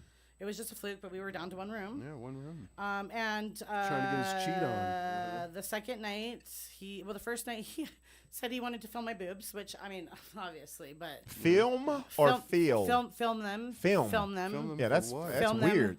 And but then for and then what? the You second got a night he porno had a site? hooker in our room, and then I was dating actually an Islamic man from Did you join in Minnesota with the at the hooker? time. No. Oh, okay. No, I was in a serious relationship with the guy who would have been very upset because he was Islamic. He was traditional Islamic. He was from Saudi Arabia. Christ. And he was in Minnesota. So thankfully, as I was touring the Upper Midwest, when I needed to get breaks, I would call Faisal and be like, I need you to come pick me up. Like, I got to get out of here. And so, I mean, we're not together anymore, and he's a great person, but it was a really horrible experience, and I didn't know what to do because I am suddenly in a vehicle with a person who I used to know. I've actually hired that person. I've actually booked that person. I produced that person. Wow. So I was very shocked by the treatment I received. Oh, you couldn't wait to get you by But yourself. I am in a vehicle in the middle He's of like, nowhere. yeah. I'm in the middle of nowhere. I don't have a car. I flew there. I took off 5 weeks from my business to do this. During the time I was doing it, my money got Wait, Larry, fucked let her up. finish. I wanna hear this. By the time while I was supposed to getting paid weekly, I couldn't get my money. They kept saying, "Oh, there's a hang up. There's a hang up." I had car payments that were overdue. I didn't even know if I was going to be able to get back here. And I'm thinking to myself, God, I told everybody I was going to do this, and I was so proud of it. And now I'm going to have to call and ask for help to get out of here. And people are going to be like, "I told you so." And so I made it through it, but I ended up in St. Paul the last night. Yeah. On the last day of the tour, I walked downstairs. I was pushing. He made me push all the merchandise. He made me do all the stuff and all the which I didn't mind. But I was in the elevator. You should have just showed him the titties. I'm just saying. I started crying, and this poor woman was so sweet. She put her hand on me and started praying on me in the elevator. And then shortly thereafter, he ripped apart all the boxes I had packed nicely because he was missing like $5. And I flipped out on him, and I cussed him out, and I punched a fucking wall, which I've never done. And then I got drunk on tequila. I called his boss, told his boss everything, and I performed in the corner store in St. Paul that night. You've just crushed so many people's dreams to go on a comedy tour.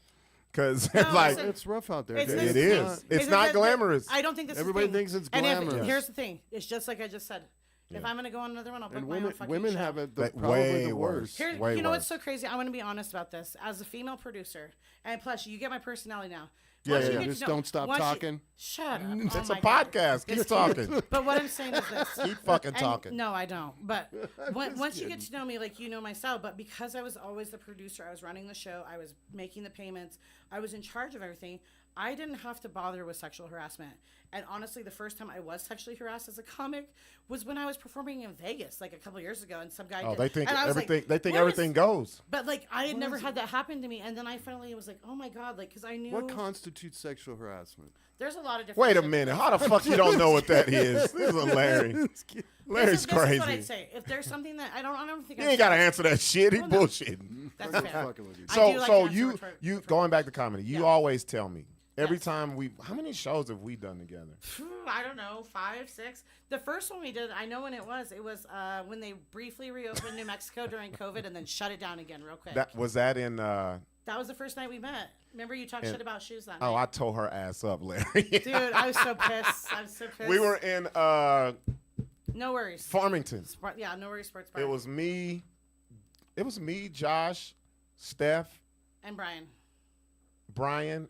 Wasn't No, Josh was supposed to be there, I think, and I think he couldn't be there. Zach. Zach. Yeah, it was Zach. Yeah. It was yeah. Zach, Steph, Brian, and you. Yeah. And me.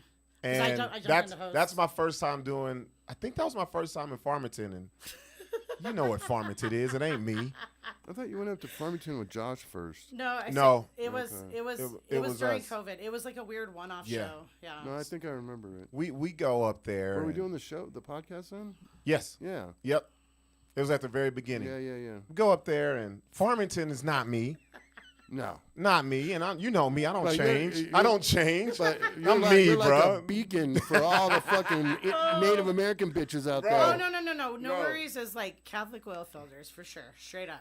Well, we go in there, and so everybody's doing their thing, and I'm like, I'm gonna do my shit, but I'm gonna riff. Fuck that, bro. I'm gonna have fun because this is a weird looking ass fucking crowd. Like, that was the most. Was it the racist jokes you were doing? No, that was the No. second time. Yeah. That's when I went with Josh. Yeah. And I was just looking at this crowd, and I'm like, nobody's addressing these people. Like, Right. you're telling the jokes, but you're not making them a part of the Not, show. Not making it feel like they want to drink a beer with you. So I was like, you know what, man, fuck this. I took a chair, Larry, and I sat it next to me. And I was like, do they not have a pair of clean shoes in this town? Everybody just dusty fucking. I said, you know what I'm going to do? I want you. I put the chair next to me and I go, I want you to come sit. Anybody, whoever wants to, come sit in this chair, and I'm going to tell you how fucked up your shoes are. And they were like, oh, I bet you can't. Dude, Man, they had like 30 people lined up. I did like 50 Dude, it was people, bro. ridiculous.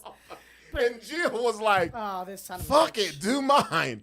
And Jill had on, you know, the first Easter shoes girls have, where they're like the black shoe with flats. the with the strap Oh, over. Mary yeah. Mary Jane style. And she had like, you see, Jill, like it was a lot of foot meat right here.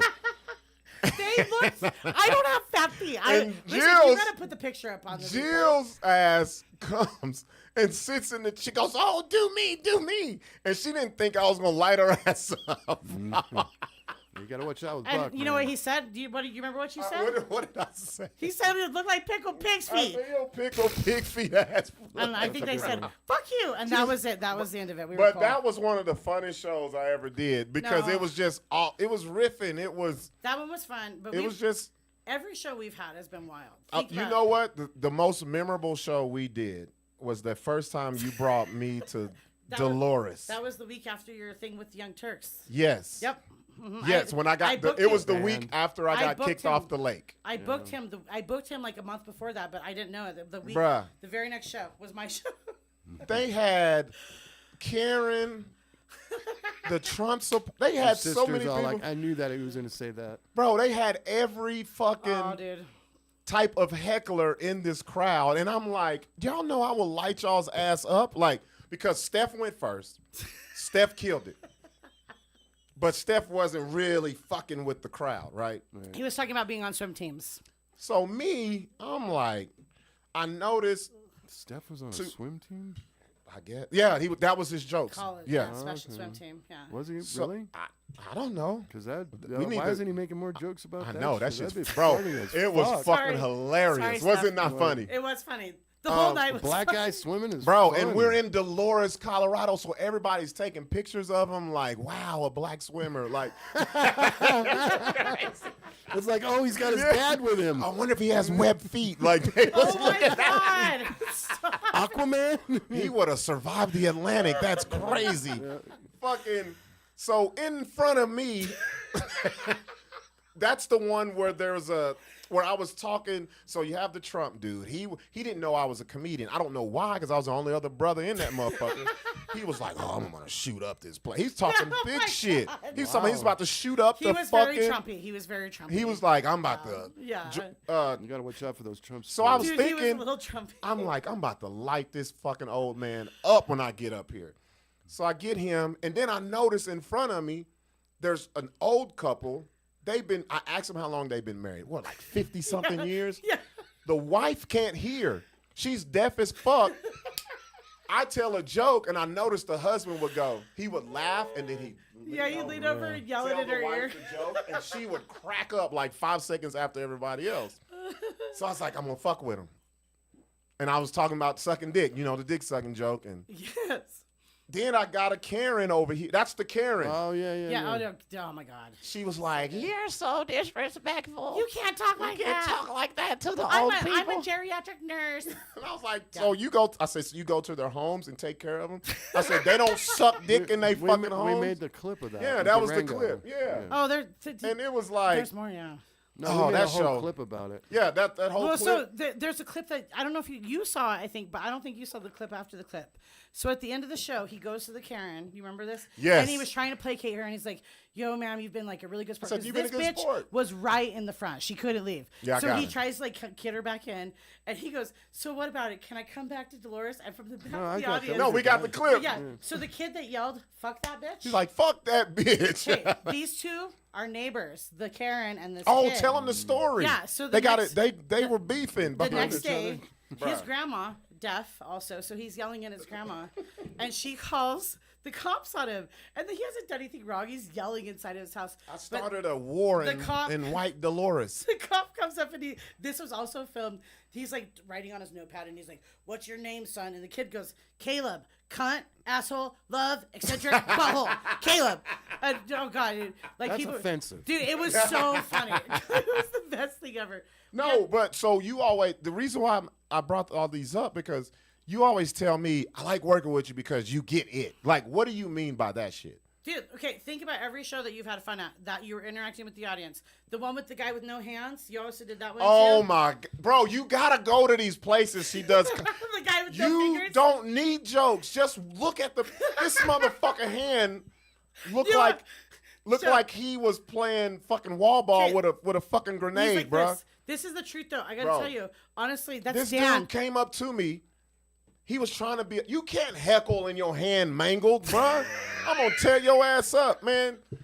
This dude, him and his wife, bro. I wish you, Larry. I wish you were there. You would have got all But this so, shit. can I tell you something though about that What's show? that? Yeah. Most comedy shows, people leave a show and they go, "The comic was funny." What do we talk about? We remember you as the comic being there. Your jokes were fucking great. We know the jokes that precipitate the stories, but Caleb will forever remember you. That Karen bitch will forever remember. Oh, you yeah, yeah. Because of that The moment. fucking hand. And that's what I like about these Everybody shows. that's had confrontation with Buck remembers him. Well, no, Oh, it's- you it's- remember? it's- You remember the lady with? Okay, no. Which lady? Which one? I got one. Oh, the one I in got one. Telluride? Wait. No, this was in the second. This was the second time I came to Dolores, not the third. Hattie. So when Larry, I get there, I think she threw me a lob. They were doing an open mic before the real comedy show. So I'm watching. Man, it was horrible, bro. It was. He was autistic. You I should was be a just being comedian. nice. Bro, I was like, what the fuck is going on? And everybody's being nice. We're like, Yeah. oh, yay, Sympathy laughs yay, and clapping. Yay, little Charles. Like, Yes. like, I'm in the back crying. I'm like, yo, what the fuck is this? Like, and then so I go up there. The mom was one of the comedians. Bro, she had already hit on me. She gave me her phone number and her address. Bro, she looked like, what's the bitch name from Misery? Kathy Bates. Kathy Bates. Yeah. On a bad day. Bro, so she's sitting front row. And it's hot. You know, I sweat. And this is the clip where I was like, hey, can I get a paper towel? Oh, yeah, with the This pussy. motherfucker digs in her, under her fucking titty meat. Not in the bosom, under. Yeah. Is she black? No. White? It's Dolores fucking Colorado. Ain't no You sisters need to come up to there. Dolores. Listen. No, Larry would be way worse than me. Larry would be filming people. Do you like to party? Do I like to party? Yeah. You like to wife swap? Just kidding, Dolores. If you're watching, I'm so sorry. Bro, Jake was there. Yeah, the chick that gave you the napkin out of her titties. Yeah, we made that fucking the clip, and I'm like, what? Every time I go there, it's some crazy so, shit. yeah, then Telluride, we had people being crazy in Telluride too. So this is why, though. the rich people. What did Oh, you they and were I- super rich. What did you and I Yeah, do? so before the show? what? No, so I'm asking you, like, what do you mean when you say I like Everybody- working with you? You get it. What is the it? What do you need to convey to other You're comedians? a fucking man of the people. Like, we can all get big in our heads. I know I can do cool shit. I've done a lot of shit. Mm-hmm. I'm not. You know what? My biggest thing probably is like somebody else's smallest thing. We're all just there. And for a comedy show, if I'm going to try and get somebody to come to my comedy show in the middle of nowhere, Yeah. when they have competition with fucking And you do it. high school I've basketball never went games. to a show to yours and it wasn't packed. Do you know why? Because after the show, we go over to Jeff's house, Advantage Glass. He's watching your podcast right now. Shout out to Advantage Glass. Jeff brings the comics over and we fucking hang out because they're our friends. I've had some of the best moments of my life just doing the after show hang with people that became my friends. I can tell you, I have people that have come and watched me on open mic, and I made a point to go and be like, "Hey, thank you for acknowledging my joke," and I take time to get to know them. Yeah. And I'll tell you, like, it helps me out around the country. That's why I said I'd rather have a million fans all over the place. There's a lady named Jacqueline.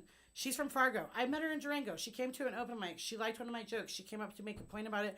We exchanged That's a information. dope ass feeling. We came in, and you know what? I'll tell you, when I went to do comedy shows in Fargo, she showed up with her husband and her daughter, and she brought me a fucking gift. That's what's I'm up. her friend. Yeah. She's a fan of mine. When I do Vegas, I was doing Toxic Femininity in that show. I would like to revamp it because it was fun. It was a women's feature show, but it was all female comics with one token male on each show. A clever idea.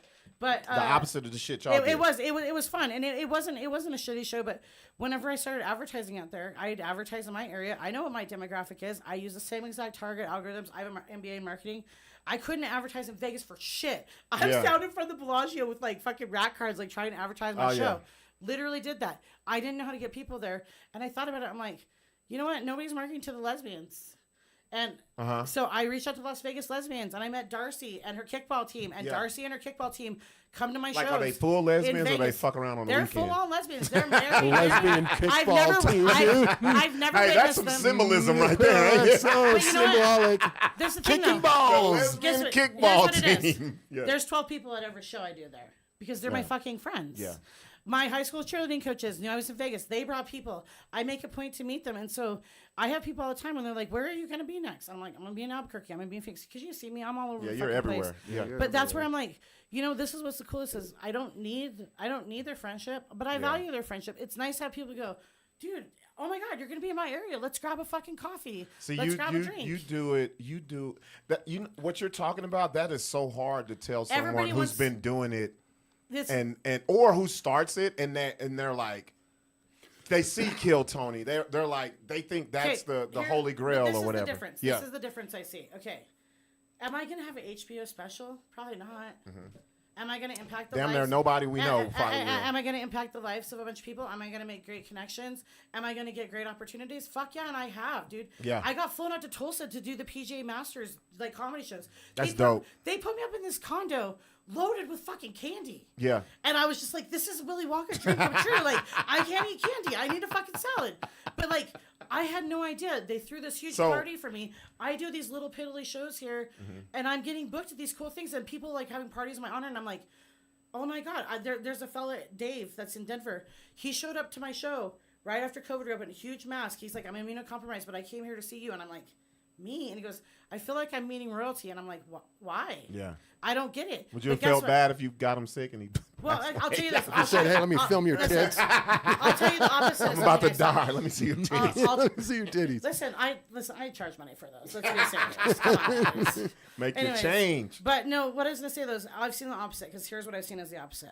I was hosting for somebody at one of the bigger clubs in another city. I won't say, I don't want to identify anything, but I knew that I wasn't a threat to that person. In fact, that person reached out to me because they didn't have production background and they didn't have a hosting background. They had a really good 45-minute set that they'll shop around for a few years, but unless they get creative, that's where it's going to end for them. I'll just be honest. That person brought me out to host for recording. And then the person tried to immediately bring me into their scene drama. And I was like, no, listen, I'm not part of this. I came here to work. I did the best barking I've ever done. I barked 25 people at $20 a head. And then that person tried to pay me $28 to host a major club. Oh, yeah, I'm good. And then they said, that's what they get paid. And I was like, cool, I produced you, but sure. But I was like, you know what? Here's my Venmo. I took the money, and I decided I'll never work with that person Never. again. Yeah, that's a But here's learning why. experience. This is the most beautiful part of it. That person didn't get half of what I was willing to give to them. I have a lot of background in entertainment. I used to do large-scale concert production. I've been doing entertainment production since I was a wee child. Like you're a fucking big resource. I have a lot of connections, and I've got a lot of contacts. And the people that fuck with me. Yeah. I don't use that as a You power. you finna get so many friend requests now. I know, and it's okay. But here's the thing: it's not about that. It's like that's why I fuck with you. This is the deal, and I've said it to people, and I'll say it to you now. I know what you could be doing, dude. You're fucking amazing. That being said, I know if I'm in a pinch and I go, hey, I don't know exactly what we can get, but I can get you this and I can get you that. You know, I'm gonna be a woman of my word. I'm gonna stick to what I offer you. And if I can't make it, I'll pay you out of my fucking pocket. Yeah. Because that's what I'm supposed to do. That's my job. It's not about me. Yeah. In the context of you being my talent, it is about you. But in the context of you being the talent from the audience, it ain't about us at all. No, it's about those about butts them. in the fucking It's chairs. about them, yeah. And here's my thing. What I used to get all upset with comics about is like, and I'm not trying to shit on them, but okay, cool. You get booked on a show. This is for younger comics if you're watching. You get booked on a show, your first feature, your first opener, right? And you get up there and you want to do your soapbox shit. Why the fuck do you think that's your platform? You got hired as talent. We hired you for a reason. Yeah. So you get up there and you start talking shit about abortion or whatever, and you see that you're pissing the audience off. The worst possible So thing, many people think that's what comedy is now. the worst possible thing that you could do if you're one on my shows is not read your audience and go harder. And I've seen comics do it, and I've let some of them go. I could tell you there was one girl who was telling gay jokes at that same bar in Farmington. They weren't hitting. And she goes, oh, you don't like the gays? And then talk shit. And I was like, listen, as a woman, fucking hilarious. As a producer, don't ever do that again. Yeah. Don't ever do that again. But so this is my deal is like, why should I put up somebody who is not going to deliver when I'm hiring them to be on the show as a producer? It's not about me, but the show collectively. The better we all do together, the more money we all make. So if you're the weak link on my show because you want to flex your muscles a bit like anti-Trump or anti-Biden jokes, I'm just not going to book you again. Yeah. And I'll tell you, I had a young... Wait. Whoa.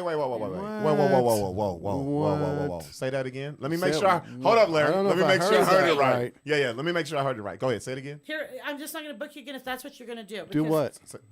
To basically make the show about you. No. Oh, okay. No, okay. So that's what I'm you using meant. that as an example. Like I said, abortion and that. Like here's where nobody's laughing, it's not funny. Can I tell you? And they get on. If There's it's a vindictive, different. Yeah. No. Let me tell you something. Josh Fournier, I think he's watching, so I will tell you, Josh Fournier did one of the most clever things I've ever seen. We did a show outdoor at this dude's house. He's a badass comic. I'll tell you this. He's my favorite. He's one of my favorites. This guy had his house No, decorated. you just said he's your favorite. He actually... Show's over. Show's over, Mike. I had to change it. I'm just kidding. So this is what happened. We did a show at these people's house outdoors. We drove up Trump flags, red, white, and blue bunting, and all the comments were like, oh, shit. And Josh fucking busted their balls. And it was hilarious. He said, you guys doing your freedom parades every Saturday? I thought you'd be throwing out candy, not hate speech. But they loved it. They laughed at it. Because he fed off of the last person. But also, no. It's because everybody got out there and hung out with them beforehand, and they knew. You read. They knew. You read the energy. You get the info. Even with the dude with no fingers, you knew that guy was fucking with you before the show, but you like knew how to handle it in the right way because you're like, okay, what is this guy's limits? And so if they know where you're at and you know where they're at least on a preliminary level, then you can be like, yo, Joel, come on, I know I said you could go a little bit, but like time to shut up, and he'll be like, okay, cool. Yeah. Like that's it. It's not that hard to control an audience. But you couldn't do that on Kill Tony, huh? To 3,000 fucking. Fair enough, Larry. All right, let's do this, y'all. We're gonna take a late break, and we'll be right back, and we're gonna finish out the show. Good.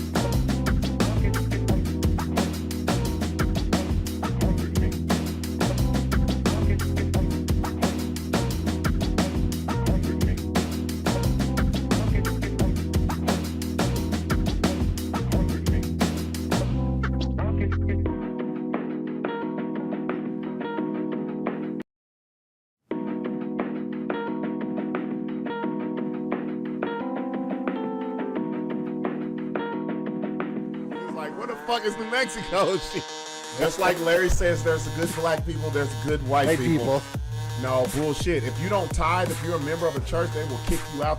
If you're trying to fuck her, she gives you the, that's cute. Yeah. You just get a Abort mission. Yeah. All right, y'all, before we get started. Sorry about the long break, but I Yeah. was talking to Sixx. Sixx won't be on the show. Sixx won't be. He's here, but he won't be on the show. He's got business to take care of. A couple of announcements, man. First thing is not this Friday. The 26th will be the next 30 and over R&B experience at Bama's. None other than DJ Black. Tommy Black will be the DJ. And this shit's already taken off, man. This shit's already. Yeah, it's big. I've had someone buy a 6-person VIP while I was doing the podcast. So Nice. get your VIP, get your tables, hit up me or Sixx. Do it now. I'm telling y'all, to be honest, but by the weekend, I think all this shit's gonna be sold. Smart to sell it by the tables. Yes. Another Yes. thing I want to talk about next Monday. What's that? We got Stephen Michael Cansada Stephen coming on. Michael Casada That's correct. from Stephen Michael Casada's Comedy Cantina Club That's right. out at Santa Ana Star. Yep. He will be in the building live. I bet If you you- get sick and tired of being known as the Breaking Bad dude. Why? I would get sick of it. I'd be like, okay, just don't even mention it. Just say I'm a comedian. Like, He I doesn't- don't even want to fucking. We'll ask him because Yeah. after a good question. meeting him and talking to him, I think he likes that shit. Really? I think he would. likes I it. would. I'd be like, I think I'd only like it if I didn't get booked in anything else because of it. It seems like he's doing stuff. Oh, there you go. Yeah. That's I'm gonna true. lose your mic, bro. Uh-oh. Make sure. there we go. There we go. You're going. So Just want me to shut up? Is that what it is? No. he Got Oh, it. listen, I'm taking offense. he will Kill Tony all over again. he will definitely be on the show. We're gonna lay out a whole lot of things. We had an hour conversation Nice. about everything. So and then it was actually his idea. I didn't even ask him to be on the podcast because that's not in my nature. No, because we don't care. And he said, I want to come on the podcast. I want to talk comedy. I want to talk about what we talked Which about. is weird, which means that they've seen episodes and they must have seen some of the Oh, episodes they where we definitely have talked about them. They definitely did. Yeah. They definitely did. Yeah. The director out there and him. Yes. Yeah. I was on a 3-way call for about an hour. And did they mention, hey, why'd you guys say retard? No. It was all about Why does Sixx keep saying bitch? It was all about specifically what I said. Right. Oh, yeah. Oopsies. Yeah. But no, it was a damn good conversation. Y'all know me. I didn't hold back. Good. They didn't hold back, and I meant what I said. He's coming on next week. But we did hash it out, and I won't tell you what the outcome of that is until he actually is on the show. He's going to talk about it. He's going to say I it. think that sounds amazing. Yeah. Monday I'm at one of 8? the Monday at 8. Okay. I'm one of those people. I will speak my mind, and sometimes Jill, what? Jill, a lot of people think that I'm the, like this big bully. Oh, No. But Listen, sometimes, I get it. but Same thing. sometimes on this show, you guys got to realize, audience, people that come on the show. This is a live show. We don't edit it. And that's the only way I want to do it. There's no preparation, so there's no. a lot of things that we'll say on this show that we don't hear the other side of the story, so we Exactly. automatically start going crazy, which is what makes this show fucking what it is. Yeah, It's called BS. We no, but a lot of the shit be true. Well, you know what I mean, though. Like once you No, but like, I think it's what one- we do. I think what we do. This is what I figured out, Larry and Jill. This is what I figured out. A lot of people think like us. They just won't speak it. Yeah. Yep. And we're like the sacrificial lambs that Nobody likes truth tellers. they're gonna say it. Yep. Fuck, they're saying it. Do you know what my dad? And they're saying a lot of it. Like my dad said to me my entire life, "You never shut your goddamn mouth." And it's true. And this thing well- is, I don't need to whenever I'm defending. Well, when I'm saying my thing. I think in comedy, like, it's like what you said. You have people who think they're here, and they think everybody's here, and they can treat everybody here a certain way, and Or you they got to think take that they've it. been doing it for years. Or you got to take it. Come on, shut up. And it's like, I always tell anybody, man, especially here, you have the power to do what the fuck So, you want to do. I will tell you, I know you want to move on, but I'll tell Go you ahead, go ahead. briefly. I had a comic recently. There's a young comic. I gave him a production opportunity. First time he kind of fucked me over, but he had a good reason. I gave him a pass. I let him do it again. But then he used my platform. I let him use my business to advertise. I let him use my equipment. And then in front of an audience, he talked shit to me in front of comics in the audience. And I thought to myself, okay, I can give this kid another chance. But what better place for him to learn this lesson than here in Durango where it doesn't matter? Here in Durango is where I learned listen. So I wrote him a letter, and all I said was this, and I won't read the whole thing, but basically the gist was, listen, I gave you an opportunity, and I don't know why you would think that coming in here and talking shit to the one person that's making this happen for you is a good idea. But here's the deal. Right now I'm a professional producer and a comic, and you're neither. And I think that you're very talented, but the thing that you just did is completely contrary to the mission of Comic Uprising, my business. And so I don't want you to think that I don't think you're good, but we shouldn't work together because your style doesn't vibe with mine. I won't shit on anything you do. Fair. Kid told people I gay bashed him.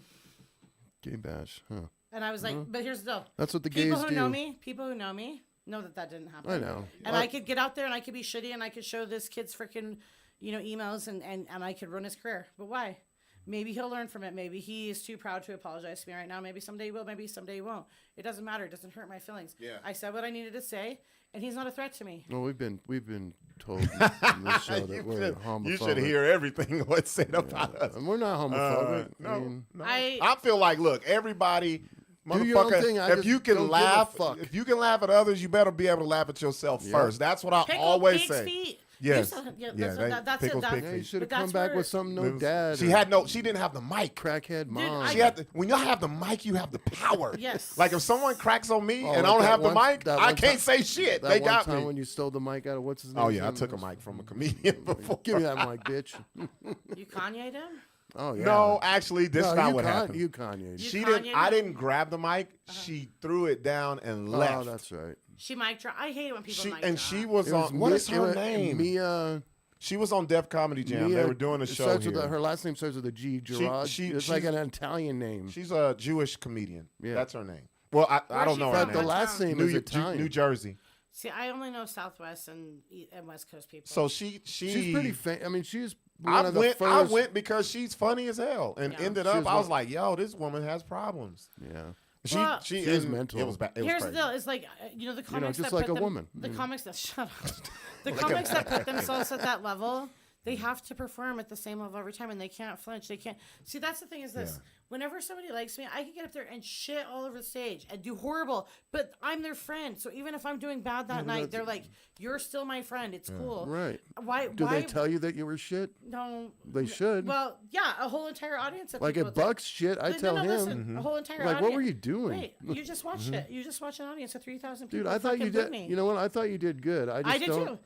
This is what I'm saying. It's that environment. What you need to understand. I thought you. Would you let me finish? I know, but you're missing the point. Larry, y'all the same people. Shut the fuck up. Y'all both be doing it. It's not about me. Yeah. I know it's. I don't need to vindicate myself. So what? Then why'd you go on the show? Because I was making a point. I bet you if you would have done really good, you wouldn't be saying all this about Kill Tony. You'd be like, dude, yeah, he sucked him off right on stage. It was great. When I said the very first line that I said when I went out there was calling them all fat, stinky assholes. And then the second joke I made was saying, y'all look like my ex is a bunch of fat ball losers without driver's licenses. Do you think I expected to win? No, you did. Yeah, that sounds about like Larry. But I got one. Wait. Before we go. Yeah. I got one more announcement. This is a good one. Oh, sorry. So, I got a call. Everybody knows I do Albuquerque weekend, Kiss 97.3. You're going to announce it right here? Yeah. Right now? Yeah. Right here, right now. Yeah, but nobody watches. Anybody. You ain't got to see it, but still, do you have that drum roll queued up? I don't care. Yeah, you want to do that? Drum roll. You want to do the drum roll? What is this one? Hey, it's the right one. So you guys know, I do Albuquerque weekends on the weekends, Kiss 97.3. Got a call today where I will be doing Albuquerque nights, Monday through Friday, from 7 to 11, Monday through Friday. Ooh. You're taking the place of Boy Loco. Loco, yeah. That doesn't even. So yes, so I will be actually. That doesn't mean that's the end of Albuquerque weekends because that still happens. So yes, I will be on the radio 7 days a week. My goodness. 7 days a week. You want to make that transition to radio? You think you're excited for it? No. We'll talk off camera. Okay, gotcha. These are all springboards. Yeah. So I just said college. So that's the deal, man. So I'm ready for that. And that's gonna be sick. Congratulations, dude. Awesome. man. That's so exciting Yeah. for you. Yeah. Well, you've got the highest. You're the highest shares right now. You've Yeah. got the highest fucking rankings right now. And that's pressure, though. You got to be able to take it from that weekend to nights. And yes, Josh, we are still doing Amarillo. I'm gonna get you the information on that. So yeah, that's the, and we're gonna announce all this shit social media tomorrow. Larry's gonna make it nice and pretty and all that good stuff. Yeah. What else do we You got? have your face on a billboard? We can put his face on a billboard. That'd be cool. Probably not. Radio billboard. I can make one. Yeah, let Larry do that. That'd be makes dope. it look like that. Yeah, so I can lie and be like, my face is on the billboard. Didn't you see me on Paseo? Put it right behind. Oh, you don't drive to Rio Rancho? That sucks. No, put me on the one at that little rinky-dink casino when you go back before you get to Santa Fe. The Q1. I'm going to go to Camel Toe. Oh, shit. That's fucking Mike. So, yeah, man, we got a lot coming up. I will be getting back on the stage real soon if somebody books me, but I don't think nobody will book me, Larry. They don't book me. You got one coming You up. want to come to Kansas? Yeah, I'll come to Kansas. Okay. Dude, I don't. Black dude in Kansas? Shit. Have you seen the University of Kansas basketball team? I'm in Western. They're gonna think I'm a football player. Yeah, they'd be like, oh, what are you doing? I'm in Western Kansas, though, so it's a little bit different. Like, what are you doing? It's Kansas. What the fuck? They got a west side of Kansas. It's They all do. Kansas. They do. They do have West Kansas. I live on the west side.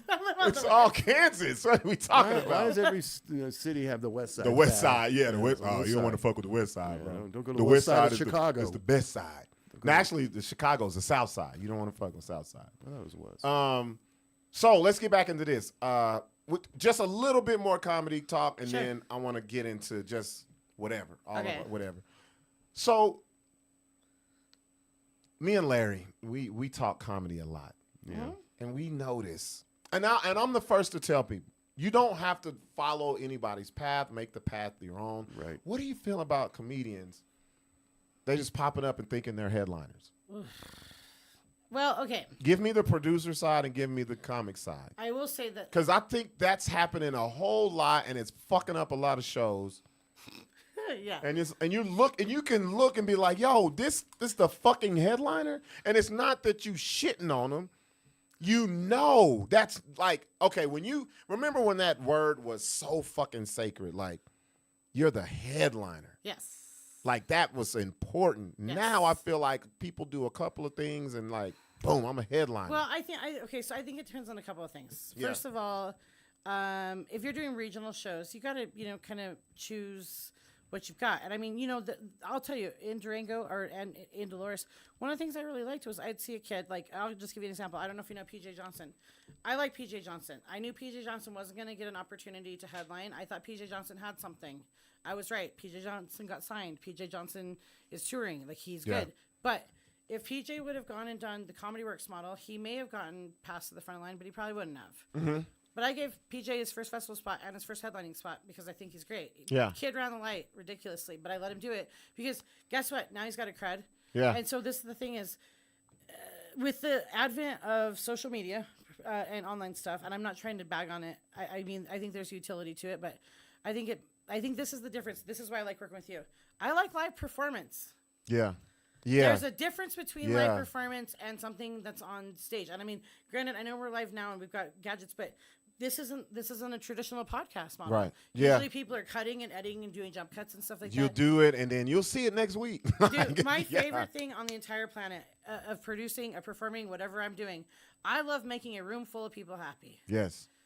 I can see clicks of likes on a Facebook page and cool. I mean, I've elevated a couple of my stand-up sets on, I've gotten some good views and stuff like that, some good likes, but have any of those people come to my show?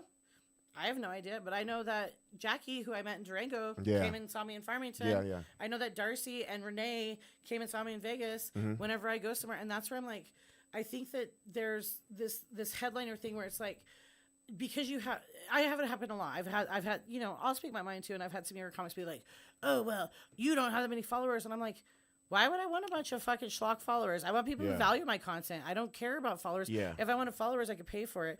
And that's where I think that headliner models, popping up. And I'll be honest with you, I've watched the scenes for years. I am like a dork about the scenes. I love to see what Albuquerque's doing on paper outside of here because I've watched as one year it was going to be Phoenix. Phoenix was going to be the next spot. That was before COVID. Yeah. Then it was gone. Denver was going to be the spot, and then it was gone. Yeah.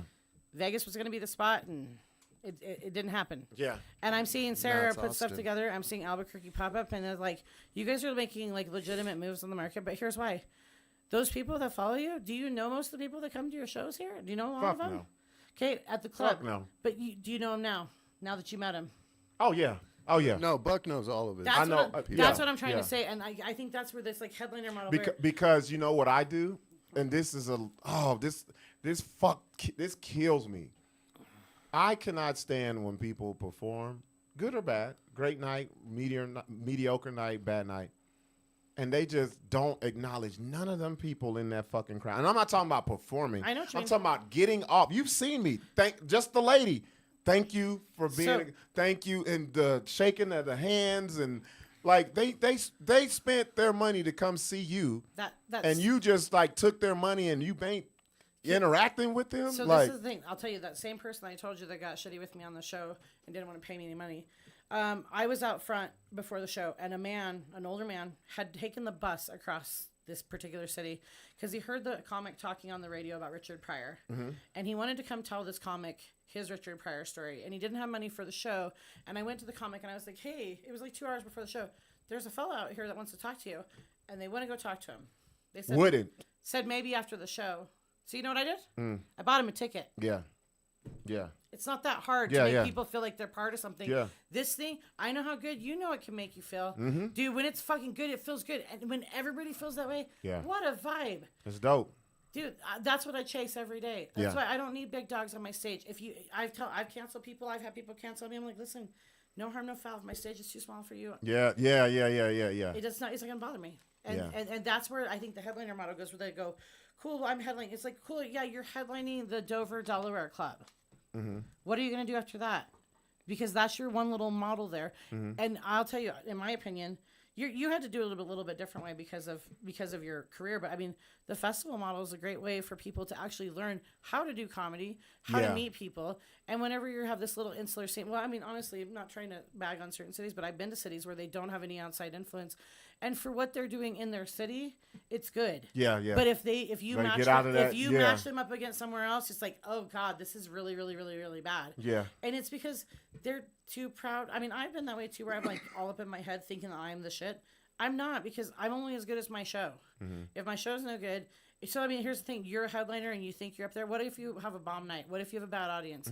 What if whatever happens? Guess what? You're never going to get booked again for that again. It's not about chase. There's no end goal in this thing. I don't think one night hurts a comic, because every comic has a bad night. You just watched my Kill Tony thing. I think you killed. But it could have ruined my career. It could have if I allowed it to. It would have. You know why? No. I'm gonna tell you why. It would have ruined your career if you were Ching Chong, that fucking. No. See, because I mean, and how is No, you remember that one Asian dude that came out and started all that shit? Yeah. That would have been different. I don't know who the fucking dude was. No name. It's a Ching Chong. Peng Dang. His name's Peng Well, Dang. Six ain't here, Sixx so ain't here to do it. I gotta. No, you know why I disagree with what you said about your performance at Kill Tony? We live in a society now where we're big on sympathy and we're big on bullying. Empathy and narcissism. So you have that, and then you have the people who are like, this is fucking Kill Tony. They're like they don't care. I thought you they killed. They don't thought care. you killed, dude. Like when I expressed I thought you gave them like, the exact shit that they gave you, and it's you like, pissed them off, which was great. This is the most important thing. I asked you, was that me on stage? Yeah. That's me 100% yeah. I was so authentic, and I laughed. I said, any of my friends who sees I think you just went too fast through your jokes, and people were trying to understand, because you talk really fast. I think you really did back it up, and I thought you killed on Kill Tony. I watched it a couple times, laughing my fucking ass off. You. Not. I can send you some more clips. Because I've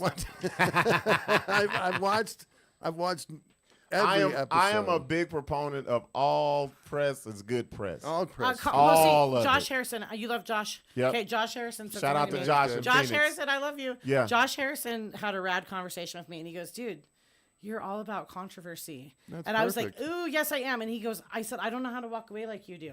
And I watched Josh because Josh is like, "I just don't." I am trying to learn that about myself, and I've gotten some I resistance can't walk from away it. either. But I'll tell you that, what, Buck. like I'm trying to because there's Buck certain, holds secret grudges. there's some things that I Oh just yeah. there's some No, things I just no, they're don't have not to deal secret. with. I'll create something. Yeah. Like someone can Controversy. Like to me, what keeps me sharp and motivated is Challenging people. Isn't the people that are like, oh, you're funny. I'll be like, I'll hear some shit like, oh, he's on the radio, and that question, the fuck you don't think I can do it? Like that type of shit. Yep. Yeah. Like that's well, me. That's been already. Well, Yeah, see, this yeah. thing, I mean, as a person of color and as a woman, we had that our whole lives. You can't do that. Fuck you, I can't. I can do whatever You're I a person want. of color? No, She said, and as a woman. Okay. as him as a person, of color. But that's what I'm saying. You're People going have, trans? people have told Fucking Larry. I'm pretty much all woman, but Pretty much. if I was gonna do any sort of surgery, I would get top No, surgery. I was to talking take about these bad Buck boys being down. trans because you said it anyway. What? You got Larry that? is, Larry is, You got Larry that? is Larry's trying to. obsessed He's with- trying to be. He's trying to create controversy. Always. No. Oh, that's just Larry. That's his brain. That's No, my brain. I guess like I said, I think that it's just I don't know. Comedy, it's just one of those weird things that people get in their head about stupid stuff, and it's like we're all supposed to be having fun. We're in a comedy boom. We're So all what supposed about? to be Okay, having let me fun. ask you a question. I meant to bring This this is the up. biggest boom it's ever been Yes. in history of comedy. And I ever. And you know what? I think it's because a lot of people have made it look easy. No, I because think of it's TikTok the and shit. pandemic and the situation with the world. It's people wanna it's a fucking laugh. combination. Yes, it's I a would lot. agree. I would agree. And there's nothing wrong with, hey, that means if you make it look easy, you're doing a damn good job. I mean, back in the 80s. And I never tell nobody not to. I push people. Do it. Find out it's not that fucking easy. Well, and I think there's different styles. I mean, like the Zoom comedy. I hated Zoom. Oh, I comedy. never fuck- But I'll tell you Oh. what. I'll tell you what. There was 2 comics I saw that when I saw them on stage, they weren't great. But when I saw them on screen, it was magic. And I'm like, oh my god, this is their forum. That's what this they is do. their Yeah, medium. this is- yeah. And I was like, hey, you There's should different forms you of could, it. You should consider like podcasting. You really have a skill for this. Like, Yeah. So that's the whole thing. Is like, there's not one right way to do this. That's true. So why should I pretend like there is? All I'm saying is the way you do it, make it funny. That's all I Yeah, say. and make it fun. make The it- audience would sit yes. there. Or make it so awkward that it's funny. Yeah. Sometimes See, that that's works. funny as hell, I've too. seen that. Fuck yeah. Robert, what's his name? Robert, that's from here. Robert Eister? Eisner. Dude, Oh, yeah. Robert Eister the is first a time fucking... he came out, well, and Chuck I've seen too. some bad nights, but he's No, funny he's in a he's gotten way good. But I haven't seen him in years. But Chuck Parker too. Chuck. Chuck's is good. another fucking... I love him. Chuck's another weird energy person. You know what? Actually, my favorite When I first joke, saw him, I loved my him. favorite joke that you do, making the audience uncomfortable, What's is that that? one where you ask him to name Hurricane Black names. Oh, yeah. And I sit in the back like, oh my god, they're gonna do it. Oh my god, they're gonna do it. And I love going and- to the places where there's no black people.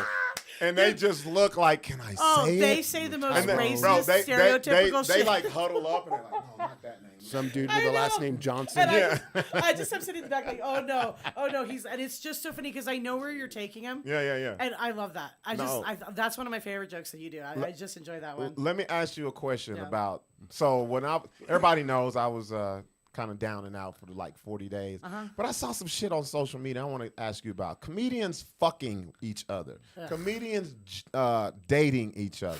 Okay. Is it ever a good idea?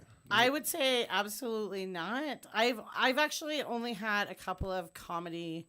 Honestly, it was my job, so I didn't really do that much. Have you ever fucked another comedian course from she your has. scene? Of course she has. From your yes, scene. yes, And I they did. say us guys ain't shit. Yeah. I The women did. that are the molesters. I did. Was he more He didn't- seasoned than you? No, and You he, took a youngster. He Of did course not. she did. Microphone wait. cord out of his ass Wait, were you still, talking bro. about wait, were you talking about sex or comedy? Sex. Oh no, I thought you were talking about comedy. No. No, yeah, If I you was- I fucked out- another I comedian in outmatched your him scene. both Like, if areas. you continuously, like, dated or fucked. So there was a guy. Yeah. So that's the longest yes ever. He used to go by the he said his name was Bobo, but he said it stand for bringing out the best in everyone. Bobo. But that spells You Bobby. fucked a dude named Bobo? Yuck. I did. Oh I my did. God. And then Was he a clown? Then but then he did a rap on You know, YouTube, like from- and it was. Whoa. And the last thing I said to him was like, "Give Look me him back up. my pasta pot and my Look him up. colander." No. Bobo? I don't think he's on there. B-O-B-B-O? I don't. Yeah, no. On YouTube, she Oh my said. god, I blocked him. Go on YouTube. Wait, no, you can find him on Facebook probably. Facebook? B-O-B-B-O? Oh my God. This is fair, Bobo. You did a Babo fucking podcast Martinez or about me. Babo Rob Solarsky. Babo. There he is, Solarsky. That's him. Let's That's look him him. up. Let's see who Oh my Jill was fucking. Yeah, let's see it.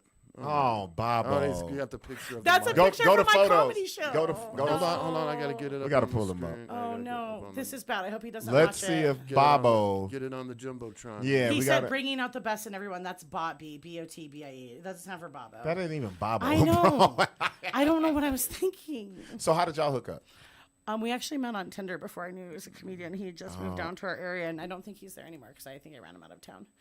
Go on the photos. Oh, Babo has a family. Oh, Babo's married. Did you fuck a family man? No. No, I think that's like mom. Oh, and that's dad. like. Oh no, go to a picture of him. Is that him right there? Oh, right God. here. Oh, up here. Oh, Bob. Oh, Bobo. Why is it all grainy and shit? Let's Well, it's probably like a go to a the next shitty pic. picture. Go to the next pic. So that was at your comedy shit. That's oh my Bobo. God, he looks so bad in that picture. What the fuck? Is he You climbing fuck- Mount Everest? No, You he was fucked bald. a Yeti. He Climbing- was No, he's bald. climbing her tits to her heart. Bobo the Sasquatch. He was bald. Actually, Bro. I told him the first night, I was like, listen, I snore. And he's like, it'll be fine. And I was like, no, listen, I snore really bad. I have sleep apnea. And then the next morning, I just woke up and he just threw my shit on the bed. It was like, get out. And I was like, what? He goes, you were snoring on purpose. So I unmatched him That's on kinda Tinder mean. in his driveway and called him an asshole. Come and then on, I man. kept Go, hooking let's up see with some him. more pictures of Bobo. Oh, Bobo don't. Mr. Hollywood. Bobo ain't got it all. No, he's losing his hair. He was a crypto Based guy. on his hairline, you should not have been fucking Bobo. He was so bald whenever I hooked up with him. He was totally bald. Of course, he shaved his head. He's going bald. Totally so he said, bald. "Fuck it." Bobo looked like Gunjack off of Tekken. Oh, come on, the hiking picture, bro. Oh, not the To proverbial appease- up here. It's about appease to the females. nature. Look at me. I like to hike. I'm nature. I'm a hiker. Listen, if you guys think this one's bad, there's worse. Okay, let's keep going. I don't want to show more pictures. Is that Jake I don't want to show more Otero? pictures. Jake, what are you Jake, doing? let me in find out you fucked Jill, bro. That's Jake Otero, bro. Jake Otero, you're so much shorter than this Bro, guy. she would kill you with her titty Put her meat, bro. inside your pussy. Get in my pussy. Jake, she got CPAPs bigger than you, bro. What the Yes, fuck? I do. I see why you been getting booked now. I got you. Shush. That's how you got I booked him on the show with you. And hey, I didn't see him for the rest of the night either. paying his dues. No, I did. Jacking her off. That was the only comic that I actually ever dated, and I do remember this. How did that go? So do you suggest No. comedians No. dating other comedians? No, I'll why, tell you. Why? Because does it always turn bad? I had my biggest show that I ever did with that He guy. said dog. He came to Vegas. Jake said dog.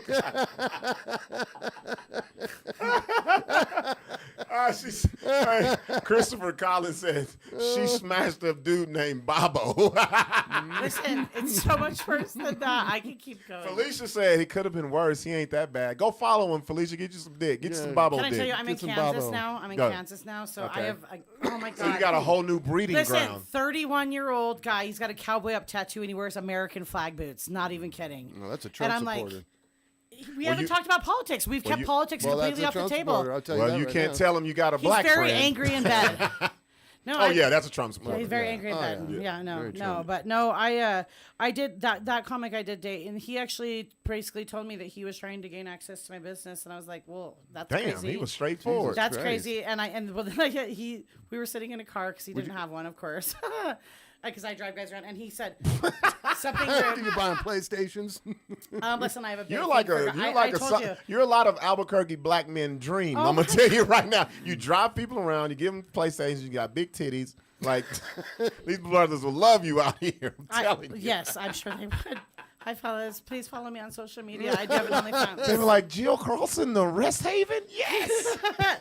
No, but we broke up, and then I basically tried to get my pasta pot back from him because I took my pasta pot there, and it was a really nice one. And then I said, "Can we just sit and talk about this?" He goes, "Can we have an adult conversation?" And I was like, God, "Dude, just get damn. out, just What a get out of the dick. car." And I was selling him my vehicle. He destroyed my vehicle.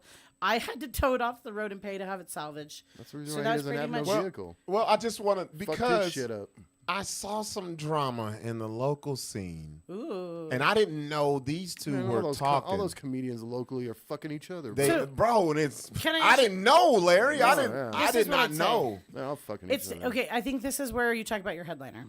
Are you doing this for a job or are you doing it to fuck off? If you're doing it to fuck off, fuck whoever you want. If you're doing for a job, don't shit where you eat. There's a There you couple go. comedians out there that are using that. But it won't give me that last. pussy. But it on won't my last. show. But it won't last. And here's the other Yeah, I thing know. too. As it hasn't lasted. And it.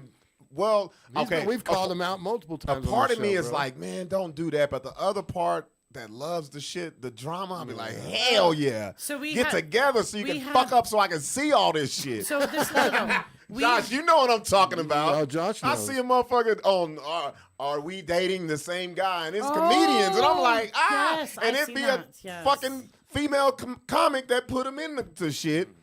And then you saw, and see me, I'm so, you know when you do shows and comedians come to your show and you don't put two and two together because you're in show mode, you're oblivious, you're like, you know me, Larry, I get in the zone.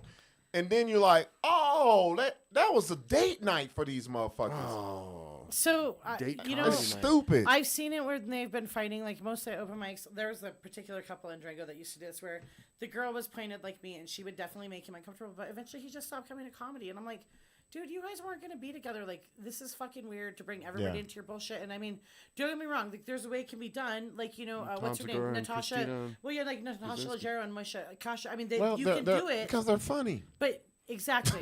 Well, If you're- Christina knows that he's the alpha and that he's making the money, and you know she She does her shows. She understands the understands order of dy- laughter. The order of laughter. With Natasha Leggero, I'd say it's the opposite. Well, they're lesbians, aren't they? But no. Oh. Moshe Kasher is her husband, but what I'm saying though is this: like, if your shtick is divorce and you know arguing and stuff like that, that's fair enough. Like, you know me, I'm a Karen comic. Like, people expect me to be a give and bitch, but like if that's my shtick, fair enough. But nobody wants. Like, do you like hearing about your friend's drama anyway?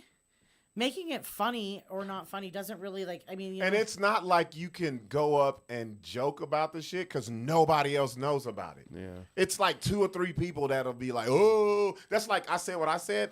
2 comics was like, oh, bro. So I and think, nobody knows. See, Nobody I gives mean, a fuck. I like having the inside joke, but like, I mean, I think it just depends on the time and the place. And It's just like workplace romances that happen at regular jobs. Yeah. Where yes and no, but like, I mean, if it's infiltrated comedy, here's the deal: is like when you are going to a comedy show as a paid audience member, you have to identify with something, and if you're just hearing about some like arcane relationship drama between 2 people you don't fucking know, then why do you want to listen to it? because it's awesome.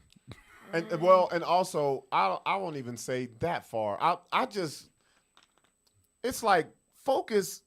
Well, no, I'll put it to you this way. There's a lot of dudes that are going to these open mics Oh, trying to get some pussy. and trying to get pussy. Yep. Their social circle is the comedy circle, and that's where they're plucking and getting and So why and isn't- it's usually the fucking dude who's been doing comedy for longer than these younger women. Okay. And they ain't never accomplished shit. Okay, And yeah. they think Yep. They're they're struggling to fucking get on Kevin shows. Kennedy motherfuckers Yep. who fucking get out here and be like, oh, I can put you on a show, or you know I did this, and then Yes. the little females, they got the Bambi eyes. It's like, really? Oh, he can make me something. And you're like, he ain't shit here. I How saw- the fuck? He ain't made himself nothing. I How saw the that. fuck he gonna make you something? I saw that in Vegas. I went to a And show. I think every scene has this. Well, I saw the person, and again, no names, but I wish I knew the I watched a names. young. Fuck. I watched a. I'll tell you after. I'll tell you off camera. Yeah. Younger female. She got up and did a set. She was dressed cute. She was white. The guy was clearly trying to flirt with her. He was African American. He came up to her and he tried to tell her how to dress and told her to okay. dress down. Yeah. Because women wouldn't like her. And I'm like, but then he was like trying to be her comedy coach, and I just went up to her and I just gave her a hug and I said, listen, wear whatever you want to wear on stage. Yeah, but you know what? You're gonna get bad advice from stupid fucking people all the time. It's if you These take young, it. yeah, these young comics need to learn how to filter shit, and you gotta. Yeah, but it requires a little bit of control. I'm saying the comics. She in my should have scene- told him, hey, you know what, dude, go fuck yourself. I like this. But most people are in But- that place. but they're not like us. that, Larry. They're not us. I guess And, so. and they also think, oh, if I say something, maybe that'll mess up an opportunity I'll for tell- me. I'll- Fuck that. Can I tell you, There's as a no female, Fuck that opportunity. shit. The There's so much comedy out there. There's no Yeah. fucking. Nobody's gonna make you or break you, but bro. in a small scene like this, there isn't. You get blacklisted on one thing, You Oh, do fuck, look, you were talking to Blacklisted right over here, man. What are you talking about? It's fucking Mr. King. There's a perfect example. It's something that happened. But it's motherfuckers throwing shows that we put them in front of the most people they've ever been in front never even of. The fucking most call money you. they've ever And made. they're big Put them dogging on you. fucking podcasts and they ain't fucking They're nothing. big dogging you. yeah. Okay, so guess what? Yeah, and they don't Can I bother tell me, you- but we see it. Can I We tell see you? it. Yeah. We talk about it. How silly. And they did you a favor by just taking Oh, yeah. you out, taking Yeah. themselves out of the equation. Yeah. That's the thing. I see there's so But It's much. just a but- thought. and- It's just a but thought. in- I wouldn't do the shit no way, but Right. Do you know what I get? Do you know what I get out of it? what's that? The pleasure of them watching me not be phased by their fucking bullshit Yep. and keep on moving. Yep. Still getting booked. Listen, you didn't run me. And guess what? I could run your life if I wanted to. I could tell Maybe everybody you should what start you did to training me. these young comics to do the way you talk. Like, don't listen to ones- that shit. listen, It's hard, Larry. I do. because Do I not you- have comics beneath Yeah. me? I do. These comics that work with me, they know because it's about I'm protecting going to yourself. tell you what makes it so hard is because when you're not, Larry, you know me. I've never been on the comedy scene here. No. Ever.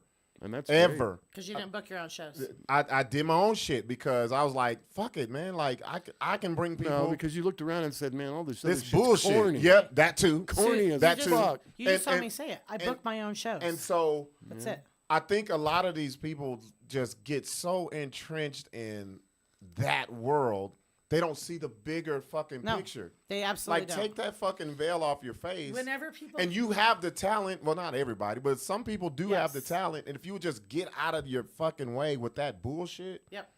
and just go. The ones that do fine. But there's still it's just like in any sort of profession. There's going to be some that rise to the top and some that don't. The ones that rise to the top are the ones that I like working with. I think right more now- than like you. Well, right now, I mean, comedy is like, it's an easy. People think it's an easy thing to do. All you need to do It's is the go. hardest shit ever. It is the hardest. All you need to do is go up and grab the mic and talk. So that's why we just I'm had funny somebody around my friends. No, wait a minute. We just had somebody in the comments just a little bit earlier say, "Oh, I would want to try being." Oh, a I comedian." saw her. Like, who was that? Charmaine. That was the homegirl, Charmaine. Everybody wants to be a comedian and also, because wait, it wait. puts the spotlight. Like everybody wants attention nowadays. Charm Baxter, I did not forget about you. I had a rough week. I did not forget about you. Just want to let you know. So actually, that's one thing I want to ask you. Okay, What's so that? Yeah, I ask don't, those it's not about questions. Here we being. go. It's not about being in the spotlight for me. I like making your No, room no, full I'm of not people saying happy. you. What's No, the but- what's saying the question that you The have? question I have Joe. for you is: when you What's get up? on stage, what do you like better? What you get out of it, or what everybody else gets out of you? I don't get shit unless they get something out of Amen. it. That's what I'm saying. Yeah. it's not about me. I don't get shit. It's not about me. The They've comics seen. make I'm it not about saying them. you Larry- are a veteran comedian. No, I'm that's talking Larry- about these new up and comers that see It's- people it's on a even- mic and think it's easy. It's even veteran comics that do it. There's veteran I comics. think that more will of the not veterans advance. do it than the youngsters. They will not advance because they're stuck in their old ways. And here's the deal: is like Larry, we know people here that's been doing comedy. If you're trying to tell me that 15 you guys years. don't get up on stage for yourselves and to feel like you're the star, you're fucking lying. no. You are lying. No, because Every comedian feels I'll take that no. way. Listen, as a producer, Hold up, I'll tell Larry. you this: I've taken myself off shows when I didn't need You to love be on going them. up there. You love talking. You love fucking. It's- But I why do I? love- But she didn't ask me that. She asked me why. I love the reaction that I get. It's Well, not. No, That's what I'm nobody wants saying. to go up there and don't get no reaction. Well, of Like, course not. That's what I'm I- saying. You want the reaction. You want No, to I- be liked. You I- want to be No, laughed no, no, no, at. no, no, no, No, no. I I want think you're people going to too join far. me. Hold I up, want hold up, people hold to up. join me. I don't want to be liked. Yep. Larry, you know it. Yeah, I know. I'm You just know it. throwing it out there, Joe. I push buttons. It I was don't more go for up her. there. It was more for other Oh people. no, What's but for me? but- Well, why should I push a button? Because I'm no, a chick. no. My thing Yeah. is Because I'm a this. woman. Yeah. So I should. I think should I be- think I think Larry. Everybody has their own reasons to do it, but if you got a reason, stick by it. Like be you. Like it's the most easiest way to do this shit if you're yourself. You can't be nobody else. No. But Like you can't look at other people's But to say shit that, and be like, but to say that you don't get some kind of good feeling out of it when you do good, Oh, yeah. that you like the attention and you like being liked. That's the main reason why No, a lot of people not are for No, creating. not for me. No, not for me either. I like hanging out with. Okay, the maybe fucking not for coolest you, but the people. majority of people are doing it. I to know, Get the but so I attention. think that's- I and- think That's why I like think working with him. I think the newer people do because of this. They don't have any Social media makes it look a certain way. Well, and then on top of that, people like you and I are not in the scenes helping them. I go to open mics now and I'm like, oh God. Oh, I don't go to open mics. I know, exactly. But see, where do we learn shit? Yeah. Where do we learn shit? And we're not there helping them because we're watching like the TikTok nightmare. All it is a bunch of other comedians laughing at comedians. I don't, or judging, laughing. or not even that, just judging. Like, they're not the consumers of comedy to me. No. Regular people who don't know the business, who just want to go and laugh. I don't need no motherfucker telling me, Well, you had this many laps per second. man, shut the fuck up. I don't know. I've never done that. What a dorky way to do comedy. I've gotten I off agree. stage and been told that by other comics, and I looked at them like, what the fuck are you talking about? Bro, you by far got the most laughs per second. What's sad? How? How did you compute that, bro? Yeah. All I know is I heard it, I felt it, I saw it. That's it. So that's I'm it. not technical like that. that. Neil feeling, Brennan. I don't know what to call it. That electricity feeling. Yeah. God, But you feel it. That Telluride show. It's we a did, drug. Look, you That It's a can tell drug. she It loves is. it. Look at this. It's a drug. She loves it. I do She's love it. like, I love it. But what I You're doing it. understand. Yeah. What you need to you're understand, selfish. it's You're doing not it for just me. I could be behind the stage. I could be taking tickets. Yeah, that's Yeah. One of my favorite things. But is if it watching, goes good, it makes you feel good. It makes you It makes popular. everybody It feel makes good. everybody like, oh, Jill did it. Yeah. Dude, I'm infamous. I don't need to be fucking popular. People know who I am. Okay. I could be shitty. I could be shitty to you, but I don't have to be Why would you want to do that? because I do want it. to have a good time with you. He Nah, does it fuck all And I the wanna time. have a good He calls time with me you. Racist. Fuck Larry. Larry's a racist. You are racist. You're super racist. Fucking piece of Yeah, shit. get on my team. Yes, I want the whole world to think Larry's racist. That is my whole. I'm on board. But no, that's what I'm saying. People go to comedy and have a good time, and I think that comics have fucking lost sight of that. Listen, it's not a high school clique anymore. Yes. Sorry, it doesn't matter how many times you get in the fucking yearbook. Unless people actually come and pay to go to your show, you ain't shit. Also, friendly competition is healthy. That's what I say. Actually- Friendly. I think that's needed. I agree. Like, I'm not talking about the toxic mean shit. I'm talking about. can't- Yeah, you can't- you got. Well, wait till I can't get up say there. that since Everybody we've started elevating that. You everybody. can say that since we've started this podcast. I mean, Yeah. I'm talking to people out there. You can't say that the other comedians haven't tried way much harder They have to. after all the calling out. Bro, they have Can I to, tell you- Larry. I- They told us. They be like, man, I hate when you motherfuckers walk in, bro. I hate when y'all are on the show with y'all. Like, we know Filming. Larry's going to film it. We know Buck's going to say something. Like, yeah. But like, do they still keep doing it? Of course. Yeah. Well, Because some- they like some, being. well, some there are a couple of them have that just dropped fallen away. off. Yeah. But that's what I'm saying. The people who want to fuck with you want to fuck with you. And that's what I enjoy. Like, that's why my Dolores room, there's no reason on God's green earth, Dolores, a town of 1,200 people, should have a banger show every month. It's Colorado's comedy secret. You know why? And really, there ain't shit out there, There's Larry. nothing. I bet. There's nothing. Like when you pull into it the sounds where it's boring. at, it looks like old Bonanza, bro. There's not even a stoplight in the town. Fucking There's sounds no. so There's No, no Durango's actually nice. It's Dolores, that Dolores. motherfucker. That's Dolores, the shithole. We Sounds will, like Karen. We will pack that room out Yeah. month after month. I've had big comics. I've come. Mo Alexander's asked me to do that room, and I'm like, dude, I can't afford to pay him what he wants that room. But people want to just come hang out. Like I said, some of them are watching right now. Yeah, they are. remember Yeah, you. They yeah, know. yeah. They call me on the break. Like they feel like they're friends with us. Yeah. We're friends with them. I think what I think also. What do you think about? I'm gonna read that in a second, Josh, because you did host for Ken Flores, who was just here this past weekend. Who's funny as hell. This guy. Nice. God damn. Is that the bigger fella? Yeah. I saw yeah, the pictures. Yeah. Yeah, he's funny as fuck. What I realized here, there are a lot of comedians who don't like to do stand up. Either they don't like it or they're afraid to do stand up in front of people who don't look like them. Ooh. I hate that shit. Yeah, you got that you that beat the that verse. right there pisses me off more than Break out the anything. DEI.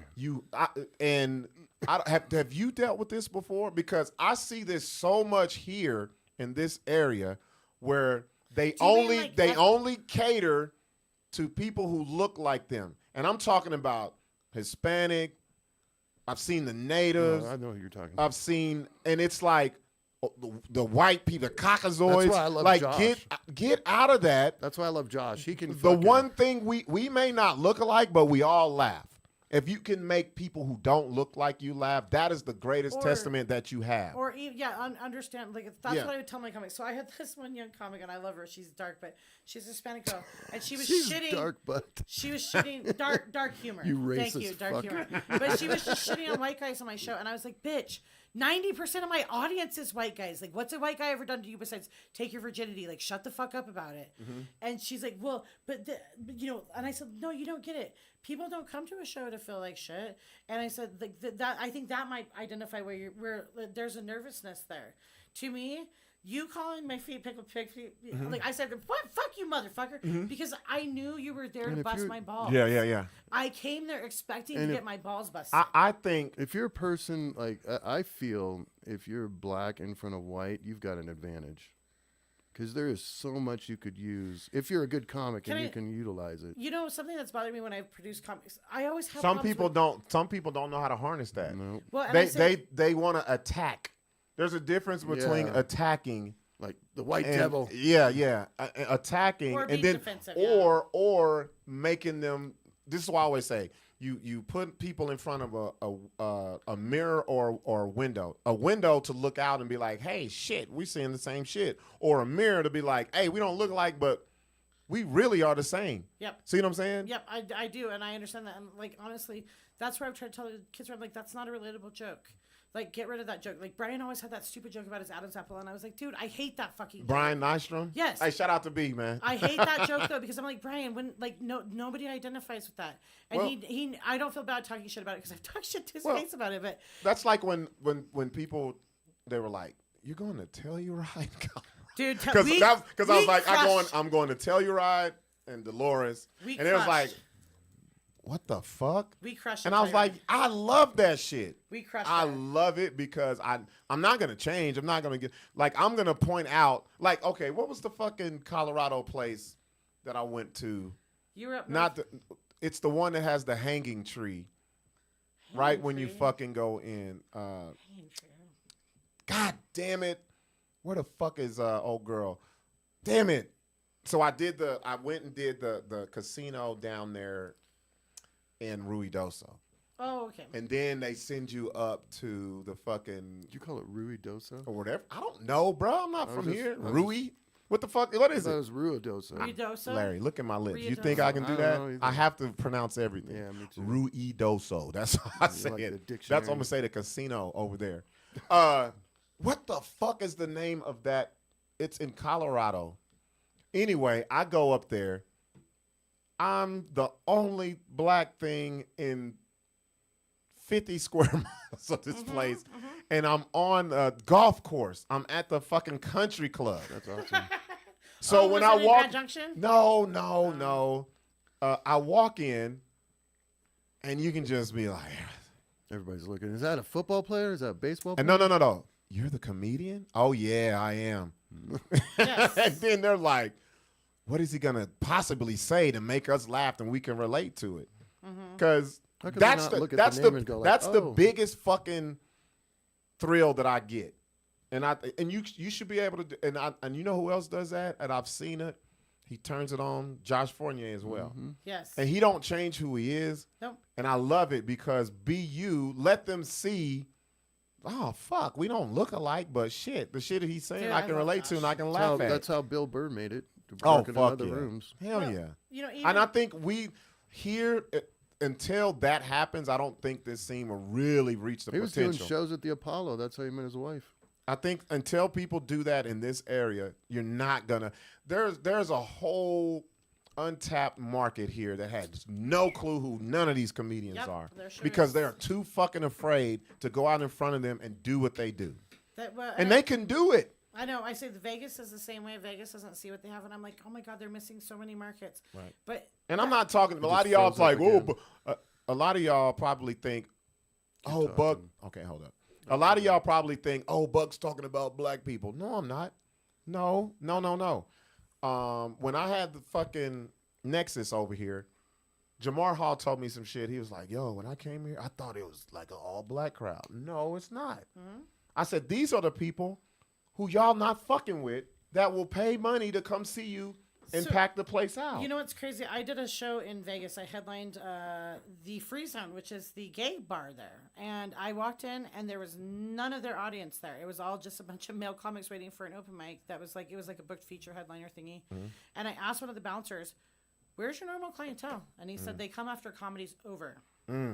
And I'm like, what a waste. Like, they're missing the market. Because gay people don't laugh. No. You know what it was? They're gay, Larry. They're happy as fuck. They're supposed to be. They had a smarmy, They complain straight a lot. White, they had a smarmy, straight white kid hosting the show who just talked shit the whole time. Uh-huh. And I'm like, there's so much money to be made in certain areas, and people are worried about clout. Look, man, I'm gonna be honest with you. Some people watching this ain't gonna they're not gonna like it. Albuquerque has more shows for gay people and drag queens and all this other shit, and it's not a bad thing, than they do for people who they're just fucking leaving out in the cold. Yep. And I don't get it. I don't get it. If we're gonna be inclusive, include every fucking body. You can't put that on your mantra and be like, "Hey, we're gonna have these shows," and y'all be so fucking afraid to do shows for everybody. That was a hard one for me because I do feel like, especially in Durango, I had some comics or some people say to me that they didn't feel comfortable initially coming to our shows because we had them hosted by straight white guys. And so I was like, no, that's not our platform. And I really went out of my way to make sure that there was a platform for everybody to be included. But then I watch, especially after the stuff over the last couple of years, politically that's happening in the country, where all of a sudden they were back to doing exclusive shows. And I'm like, no, this is contrary to what we're supposed to be doing. But here's the deal. I can't change the behavior of people. If they want to click up, they want to click up. Yeah. Not my problem. I just fuck with people I fuck with. Because you and I know, dude, if we go back to Telluride, I remember that couple that was there that we hung out with? Yeah. I ran into them in Durango, and they were like, "Oh my God, Jill!" And the guy just messaged me today and was like, "We want you back." That's dope. We crushed that room. Hey, that room is nice. We crushed that room. It's like an underground, Larry. You go underground. It's a bar. It's called the ceiling's Alibi. low. Like the cellar. Yeah, exactly what it is. Yeah. Well, Let me read some of these comments real quick. So, go ahead, sorry. Josh Fournier says, Ken Flores' host said, "Don't crush it too hard. Some headliners don't like it." Very true. Ken right after that said, "Fuck that. Good. Get on stage and kill. That's a guy to Make work it with. hard for me." That's the truth. That's a guy to work with. That's perfect. Jake Otero, "I want to be a good writer and I want to be able to kill any stage I walk on. I love the feeling of being up there." There you go, Larry. He's Well, been not hustling. up there. I wouldn't say up there. Yeah, you're there. You're there, buddy. Jake's been hustling. I've Kind seen of him on a doing lower quite a level. No, I bit. mean it's height.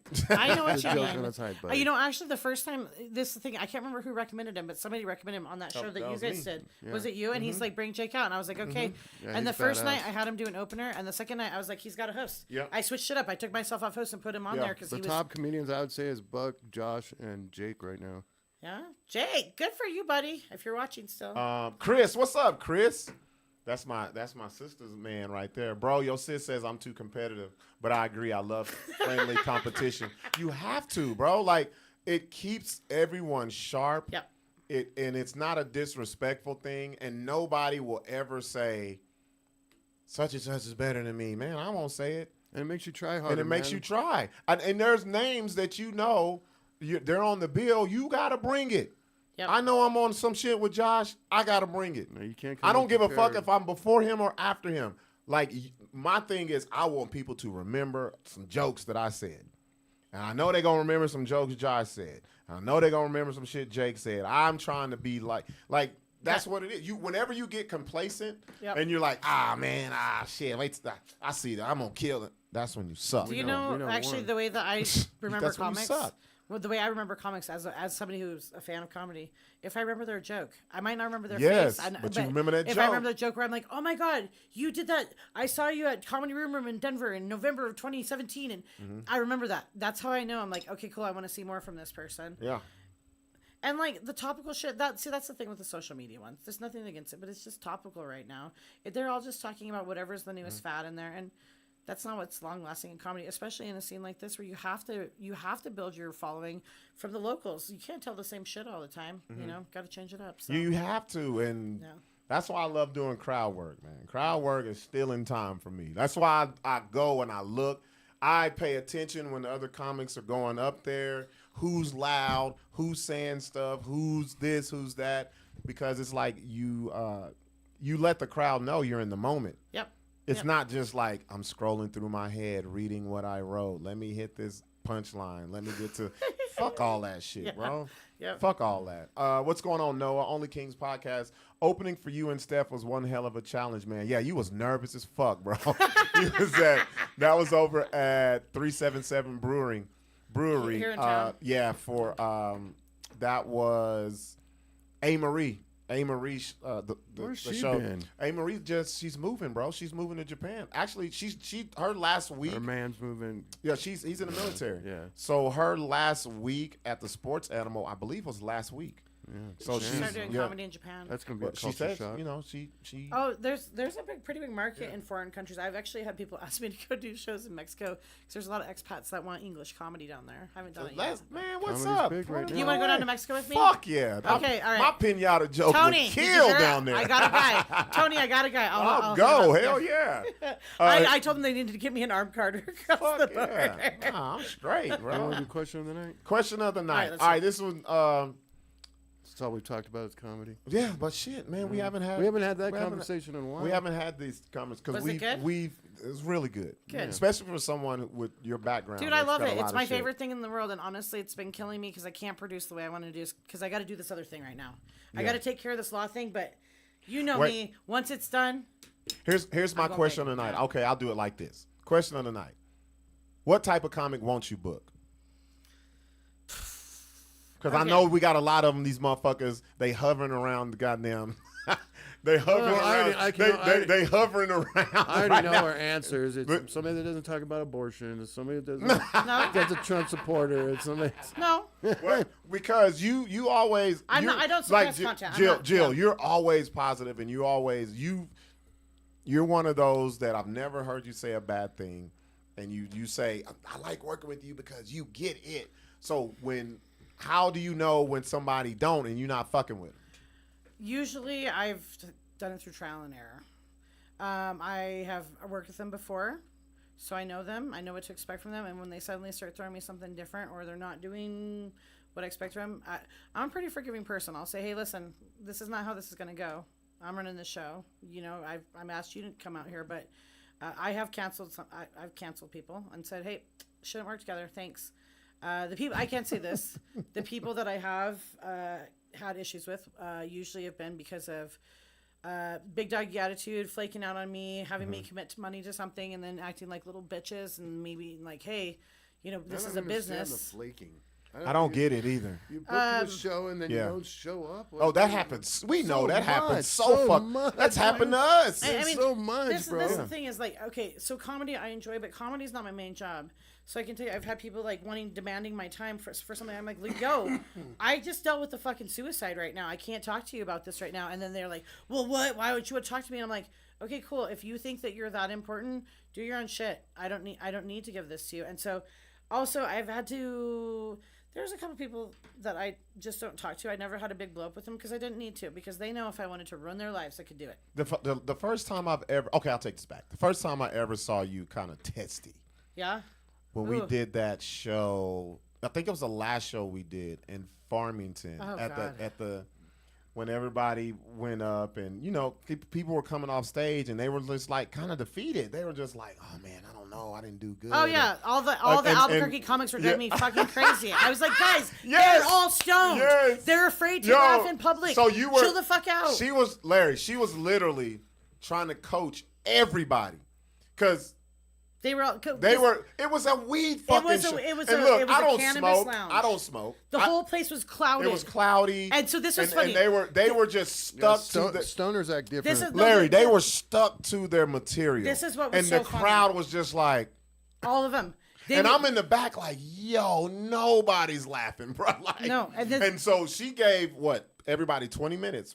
Was it 4 comics 20 minutes? Because that's what the show was, but you added Yes. someone, so people were cutting their shit short, and she was pissed. She was like, but just make up for it. I got it, don't trip. But I'm listening and everybody coming off. She was getting in their ass like, what was your deal? Like, that's the first time I ever see you be like, what the fuck are y'all doing? Like, Yeah. she was like, you could tell she was So pissed. okay, this is the thing is like, okay. Oh shit, Jake said, dude, I ate shit favorite at that thing was show this. so bad. And everybody was coming in the back saying the same shit. Every single comic got up there and was like, who's high in here? And everybody was afraid to say they were high. So I was like, you're all fucking high. Yeah, like Laugh. what are we talking about here? Everybody Like, look around. You're all smoking weed right now. Can we get over the fact that we're all smoking weed in public and Well, just it's that laugh? paranoia. If you don't smoke a lot of, if you don't smoke Listen, a lot I'm a of weed. lawyer. We checked out all of the legal details. No. Yeah. I'm not saying legal stuff. There was some edibles that were like 50 milligrams. There was some strong shit. No, there. when I hit that stage, so I'm last, so I'm like, fuck, man. They high as shit. Larry, I'm going out there. Motherfuckers was just in a trance. And I was like, okay, how am I going to tackle this shit? Because nobody's laughing. I'm the last one.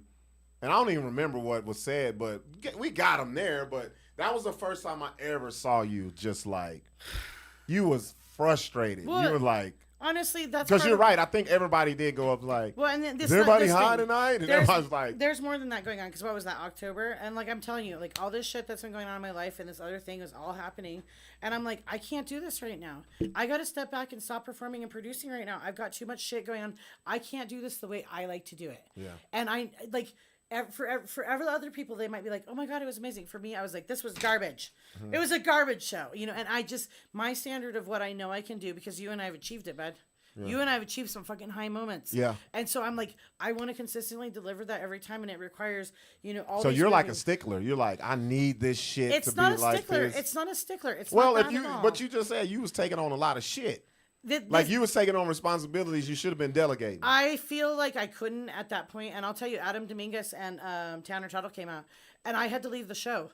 I literally was on the phone call with a child emergency, like a kid in the hospital, like for a case, and I drove my equipment there, and Brian like got it out of my car and set it up, and I was like, I can't fucking do this show today. I had to just step off, but like, what I'm trying to say is like, in that moment, whatever you saw me, I think I wasn't trying to make it seem that way. You was on one. Now I'll tell you on Brian's Larry, ass. Larry, she was on I'll one. get on Brian's ass all the time. Because he was the first one you got on. But see, that's because this is what did Brian do? What did Brian do? Yeah. Brian, if you're watching, what did you do? You got on stage and you're like, I'm too high. And then you got off stage. Steph Darnell. Fuck. Dude, that's the whole point of the show. We're all supposed to be high. Tell Bro, some fucking stupid and he jokes. And the fucked up part, Larry, when they get off stage. That's fucked up to say on Steph. But he does say that. Steph's he like, says it he'd be every- like, Steph says, man, I'm high as hell. What was I saying? Like, he said, See though, but this But- is what I but- did differently. I said I'm high as hell, but then I crawled on the stage and had Brian like help me, and I said, "This is what it looks like when your mom's fucking high." Because I was fat, I couldn't get on the stage. Like it's a funny thing to do. Like like let's all poke fun at this thing. the fucked up part though, Larry, is when everybody gets done, they come back in the green room. And I'm the only one there, and they looking at me like, "Fuck, man!" Like this motherfucker. And you're ready to clown him, dude. Fuck yeah, dude. That's awesome. Like, you Dude. suck. I'm like, bruh, what are we doing out there? Honestly, And everybody, it was Cardo, and what's her name? Isabel Cardo Madley. Mad. Isabel. Cardo, Isabel, no, Jake. Isabel was really pissed. Oh, I you know, bet. Isabel Yeah, was yeah. like, Isabel pissed. takes that shit She seriously. takes it very. Isabel. Well, and I was pissed. trying to kind of let her know, like, hey, this wasn't you. These people are new to smoking weed in public. You did great. She wasn't hearing that shit. Oh, she left. wasn't hearing Didn't it she at all. leave? She didn't did stay. leave. She did leave, and She she has never left, talked to me since. So, for what it's worth, there it is. But That yeah, was a fucking shit show. It was. It's hard. You know what? Getting up in front of drunk people is way more. I mean, sometimes that can be a disadvantage because then people are just laughing because they're drunk.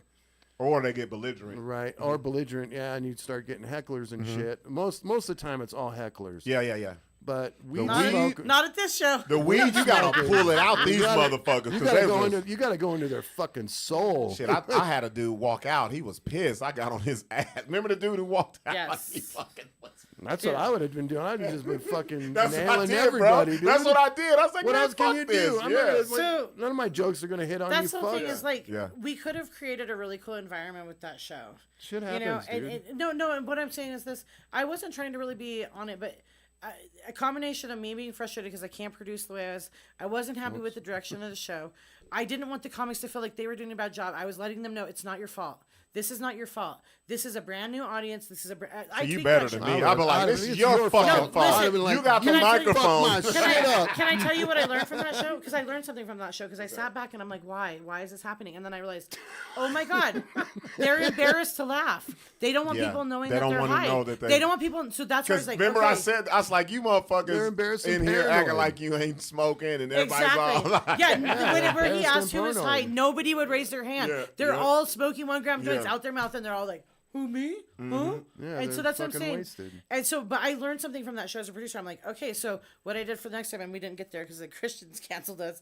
But I called Charlie Hester, who's a musical comic in Vegas, and was like, "Yo, I need a fucking That's a jingle. good one. I need a jingle for this that we're gonna use as a theme song to the show because Brian always fucks it up and You should've comes out had him stoned. perform. That'd And been the fun. show Yeah. will be about like, hey, it's okay for us to. It's a she, by the way, but it's okay for us to come out and smoke weed together. We're all gonna get high as fuck and laugh. And just I wanted something to de-escalate at the beginning to be like, hey.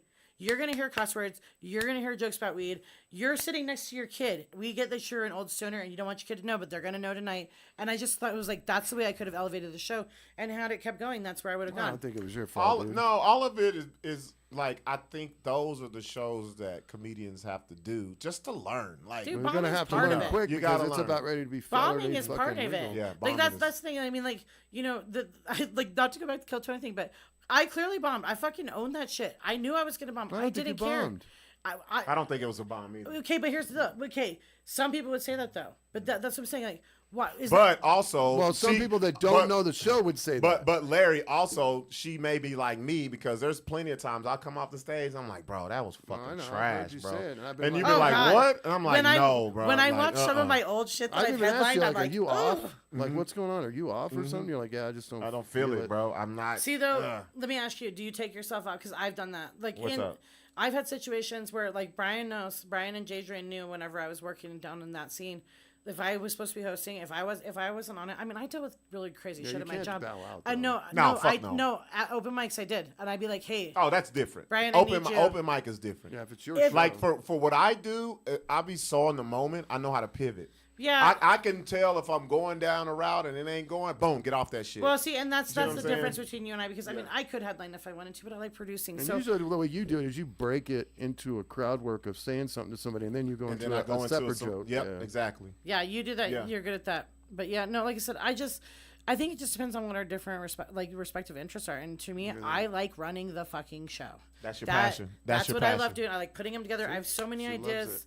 I cannot. There's Larry I trying to cannot pick it. carry out my ideas because I don't have the resources I need. I don't have the support I need. I'm like, God, if I could just have unlimited resources, I could make something so amazing. And Give me. I'm finna start some shit. Give me. Hit that bottom mic thing right there. The connection. Just go like just right here. Just thump it. There we go. All right. Give me. No, it's still. But don't name myself. Give me the 3 comics. Don't. Okay, fuck it. Don't name myself. Give me 3 comedians you would like to work with from Albuquerque. I would like to work with. Even if you have or if you haven't. Just give me the top 3 who you've been seeing and peeping and be like, okay, yeah. Sarah. Sarah Kennedy. Sure. Okay. She's good. We actually met only one time at the Trinidad Festival for like a minute. That was it. She's hard. she She's can bring very the busy. jokes. She's like you, very busy. Oh, I know. Y'all would be a great fucking show.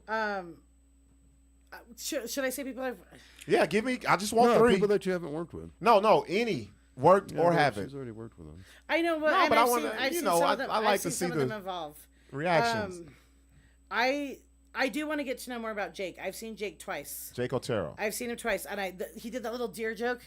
Oh yeah, Yeah. when you were drinking the water Yeah, like the a little deer. deer That's joke. fucking funny. When Yeah. he's eating pussy. Eating yeah. pussy, but he's Yeah. like a But deer popped up. drinking water. I so yeah. see like that, and That is honestly, But keep your hands off Jake because he looks like Bobo, whatever the fuck his name was. Don't stick him in your pussy. Jake, watch your ass now. oh lordy, and then, gosh, There goes the see. you know who I would actually like to get to know more about is Trip Stelnacki. He's good.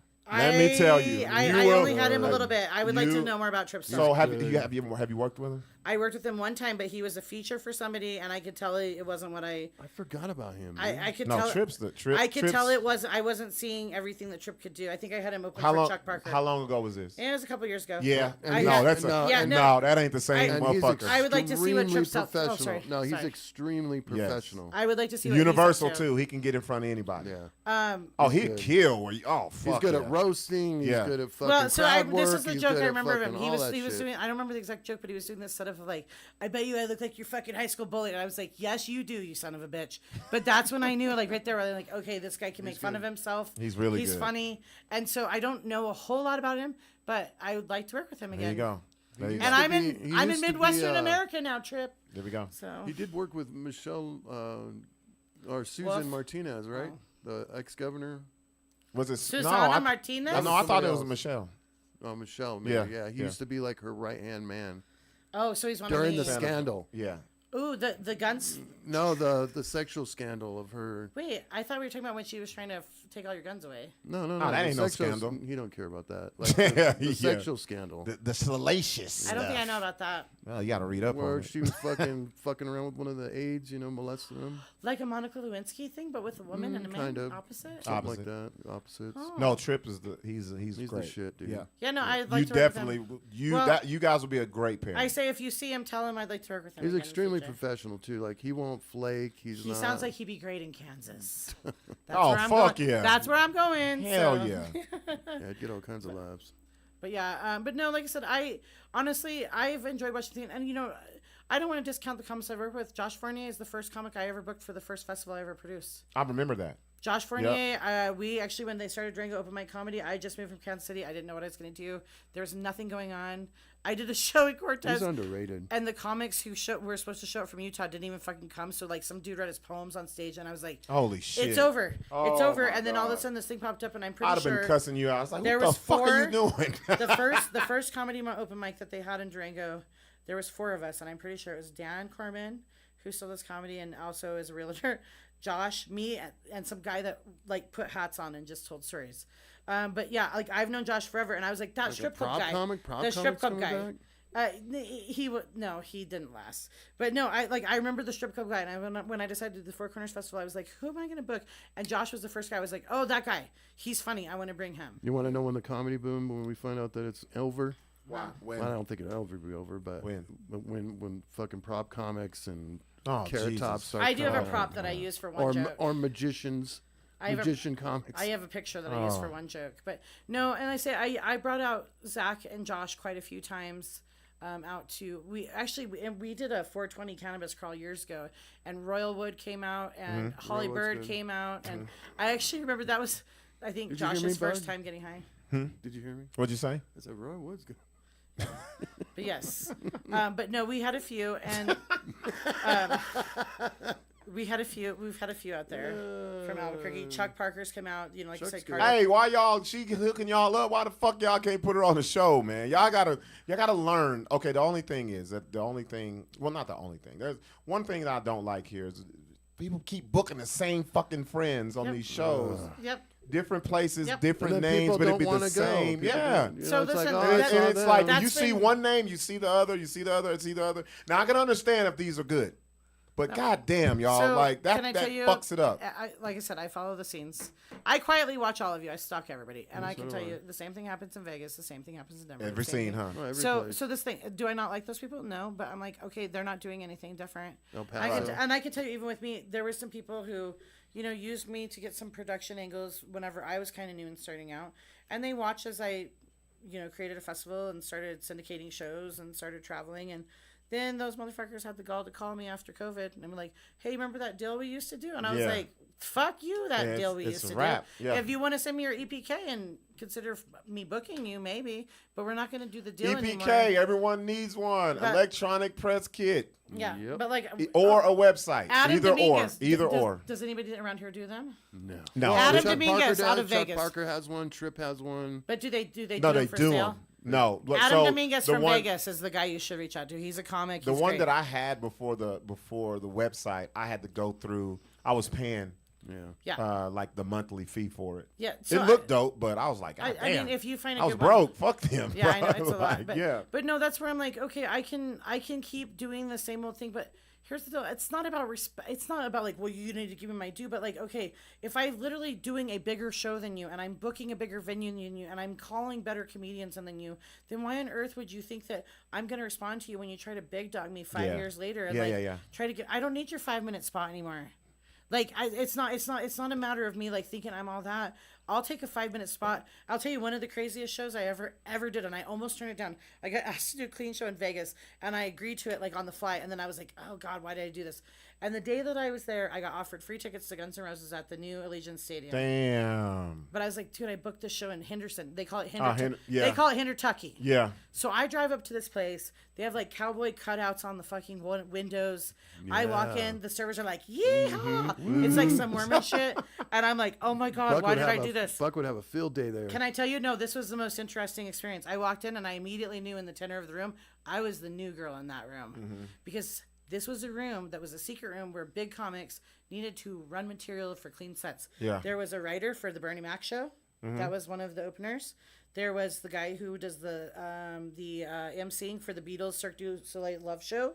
There was one of the head writers of the Boondocks. They needed a small room to run clean material. Wow. And I walked in like, and they were like, who are you? And I said my name. Like they didn't even like act like they remember they booked me.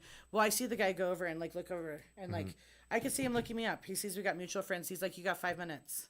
So I did my 5 minutes. And the next day he goes, you coming back the next night? And I was like, oh, I thought it was just one night gig. And he goes, no, you can do 10 minutes tomorrow night. It's dope. I almost walked away from that show because of Guns N' Roses tickets, because I drove up to this place and I was like, oh my God, it looks like an Elks Lodge. Best experience I ever had. All those comics were a million years better than me. And I don't know if they'll remember me, but I'll tell you this.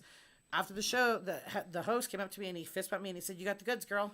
I want to get back. I want to get into Vegas. The times that I've done Vegas, listen, it's so fun. Can I tell you something? It's fun you and I need to work because together. That's how we need to make it It's happen. fun because it's, you know, you got the people who go to these residencies and these shows. Who are you working with? And then I was Kool-Aid.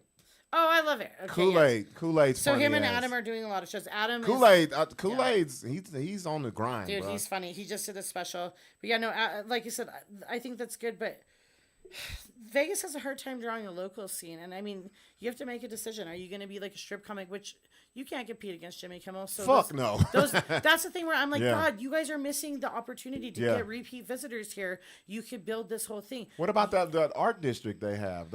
So I think they've done well there, but it's a lot of the same. It's a lot of the same stuff you're talking shit, about. yeah. Well, and it's just because of lack of leadership. I mean, people like you and I are like, fuck this. Yeah. I mean, like, yeah. You know, maybe we shouldn't be, but like right now, I just don't have the energy to give to it. I did it for years, and I'm like, you know, figure it out. Like, it doesn't mean that I won't give feedback, but I don't know. So. Jill, we want to thank you for coming for the BS show, but let everyone know where they can find you when you got shows coming up, and your inbox is about to be full of Albuquerque comedians. I'm going to tell you right now. I am, the friend requests, all that good shit. Well, let them know. I will. You can find me at most platforms at Jill Carlson Comedy. I actually have Facebook, Instagram. I don't do Twitter. Screw Elon Musk. He's stupid. TikTok, and I will be doing a show. I think the next show I've got booked is I'm doing Looney's May 23rd with the Dark Hour guys. Nice. Hell yeah. I'm kind of just doing shows when I want to. I'm doing shows for fun. What you talked about with me, is that still in play? I think it will still be in play, but I think it's going to be pushed back. But yes. I'm with it. Yeah, we got some. I've got some big plans. So. Hell yeah. I got to take care of some other shit, but it's almost over in July. If you're looking for bookings, start hitting me up for July. And be good, y'all. Don't be fucking out here fucking around, y'all. Just be ready. She gonna put you in front of people. Like real shit. Real shit. Prepared. Come be ready. Just be ready. Be ready. Absolutely. Thank you very much. I appreciate the opportunity. And Larry, you're okay. I know. Her phone's blowing up. Who the fuck is this Larry guy? Hey, y'all, we out, man. Hold on. Wait. Don't forget about Michael. Oh, yeah. So we're going to be pumping this out starting tomorrow, right? Yeah. Stephen Michael Casadas will be on the BS show. Yay. And y'all know we don't throw no softball questions, none of that shit. You know what you should throw a tag on the bottom of this. Yeah? Yeah. It should be. Yeah, with your graphic design. Yeah. Sounds we've good, done that before. Trust me, all the shit that we've done. Well, I was just really doing it so people would watch my video. That was really what I was going for. The Kill Tony one? Yeah, the reiteration of it. Yes, we will have SMQ, Stephen Michael Casadas, on the podcast next Monday. Y'all don't want to miss it. And I'm going to talk about everything. He's going to talk about nothing everything. coming up till nothing. June. I have nothing coming up till late. Well, I got some things, but it's not like solidified, so I don't want to talk about it. Fucking illness like fucked you up, dude. Yeah, What's I had your- a lot of shit lined up. What's too. your do you have a website? Yeah. Robert- RobertBuckDGipson.com. RobertBuckDGipson.com. Yep. Larry runs it. No, I made it. Larry, that is the truth. Did you put your signature on it? No. Okay, good. Anyways, thank you guys very much. I appreciate it. Appreciate y'all. We out. All right.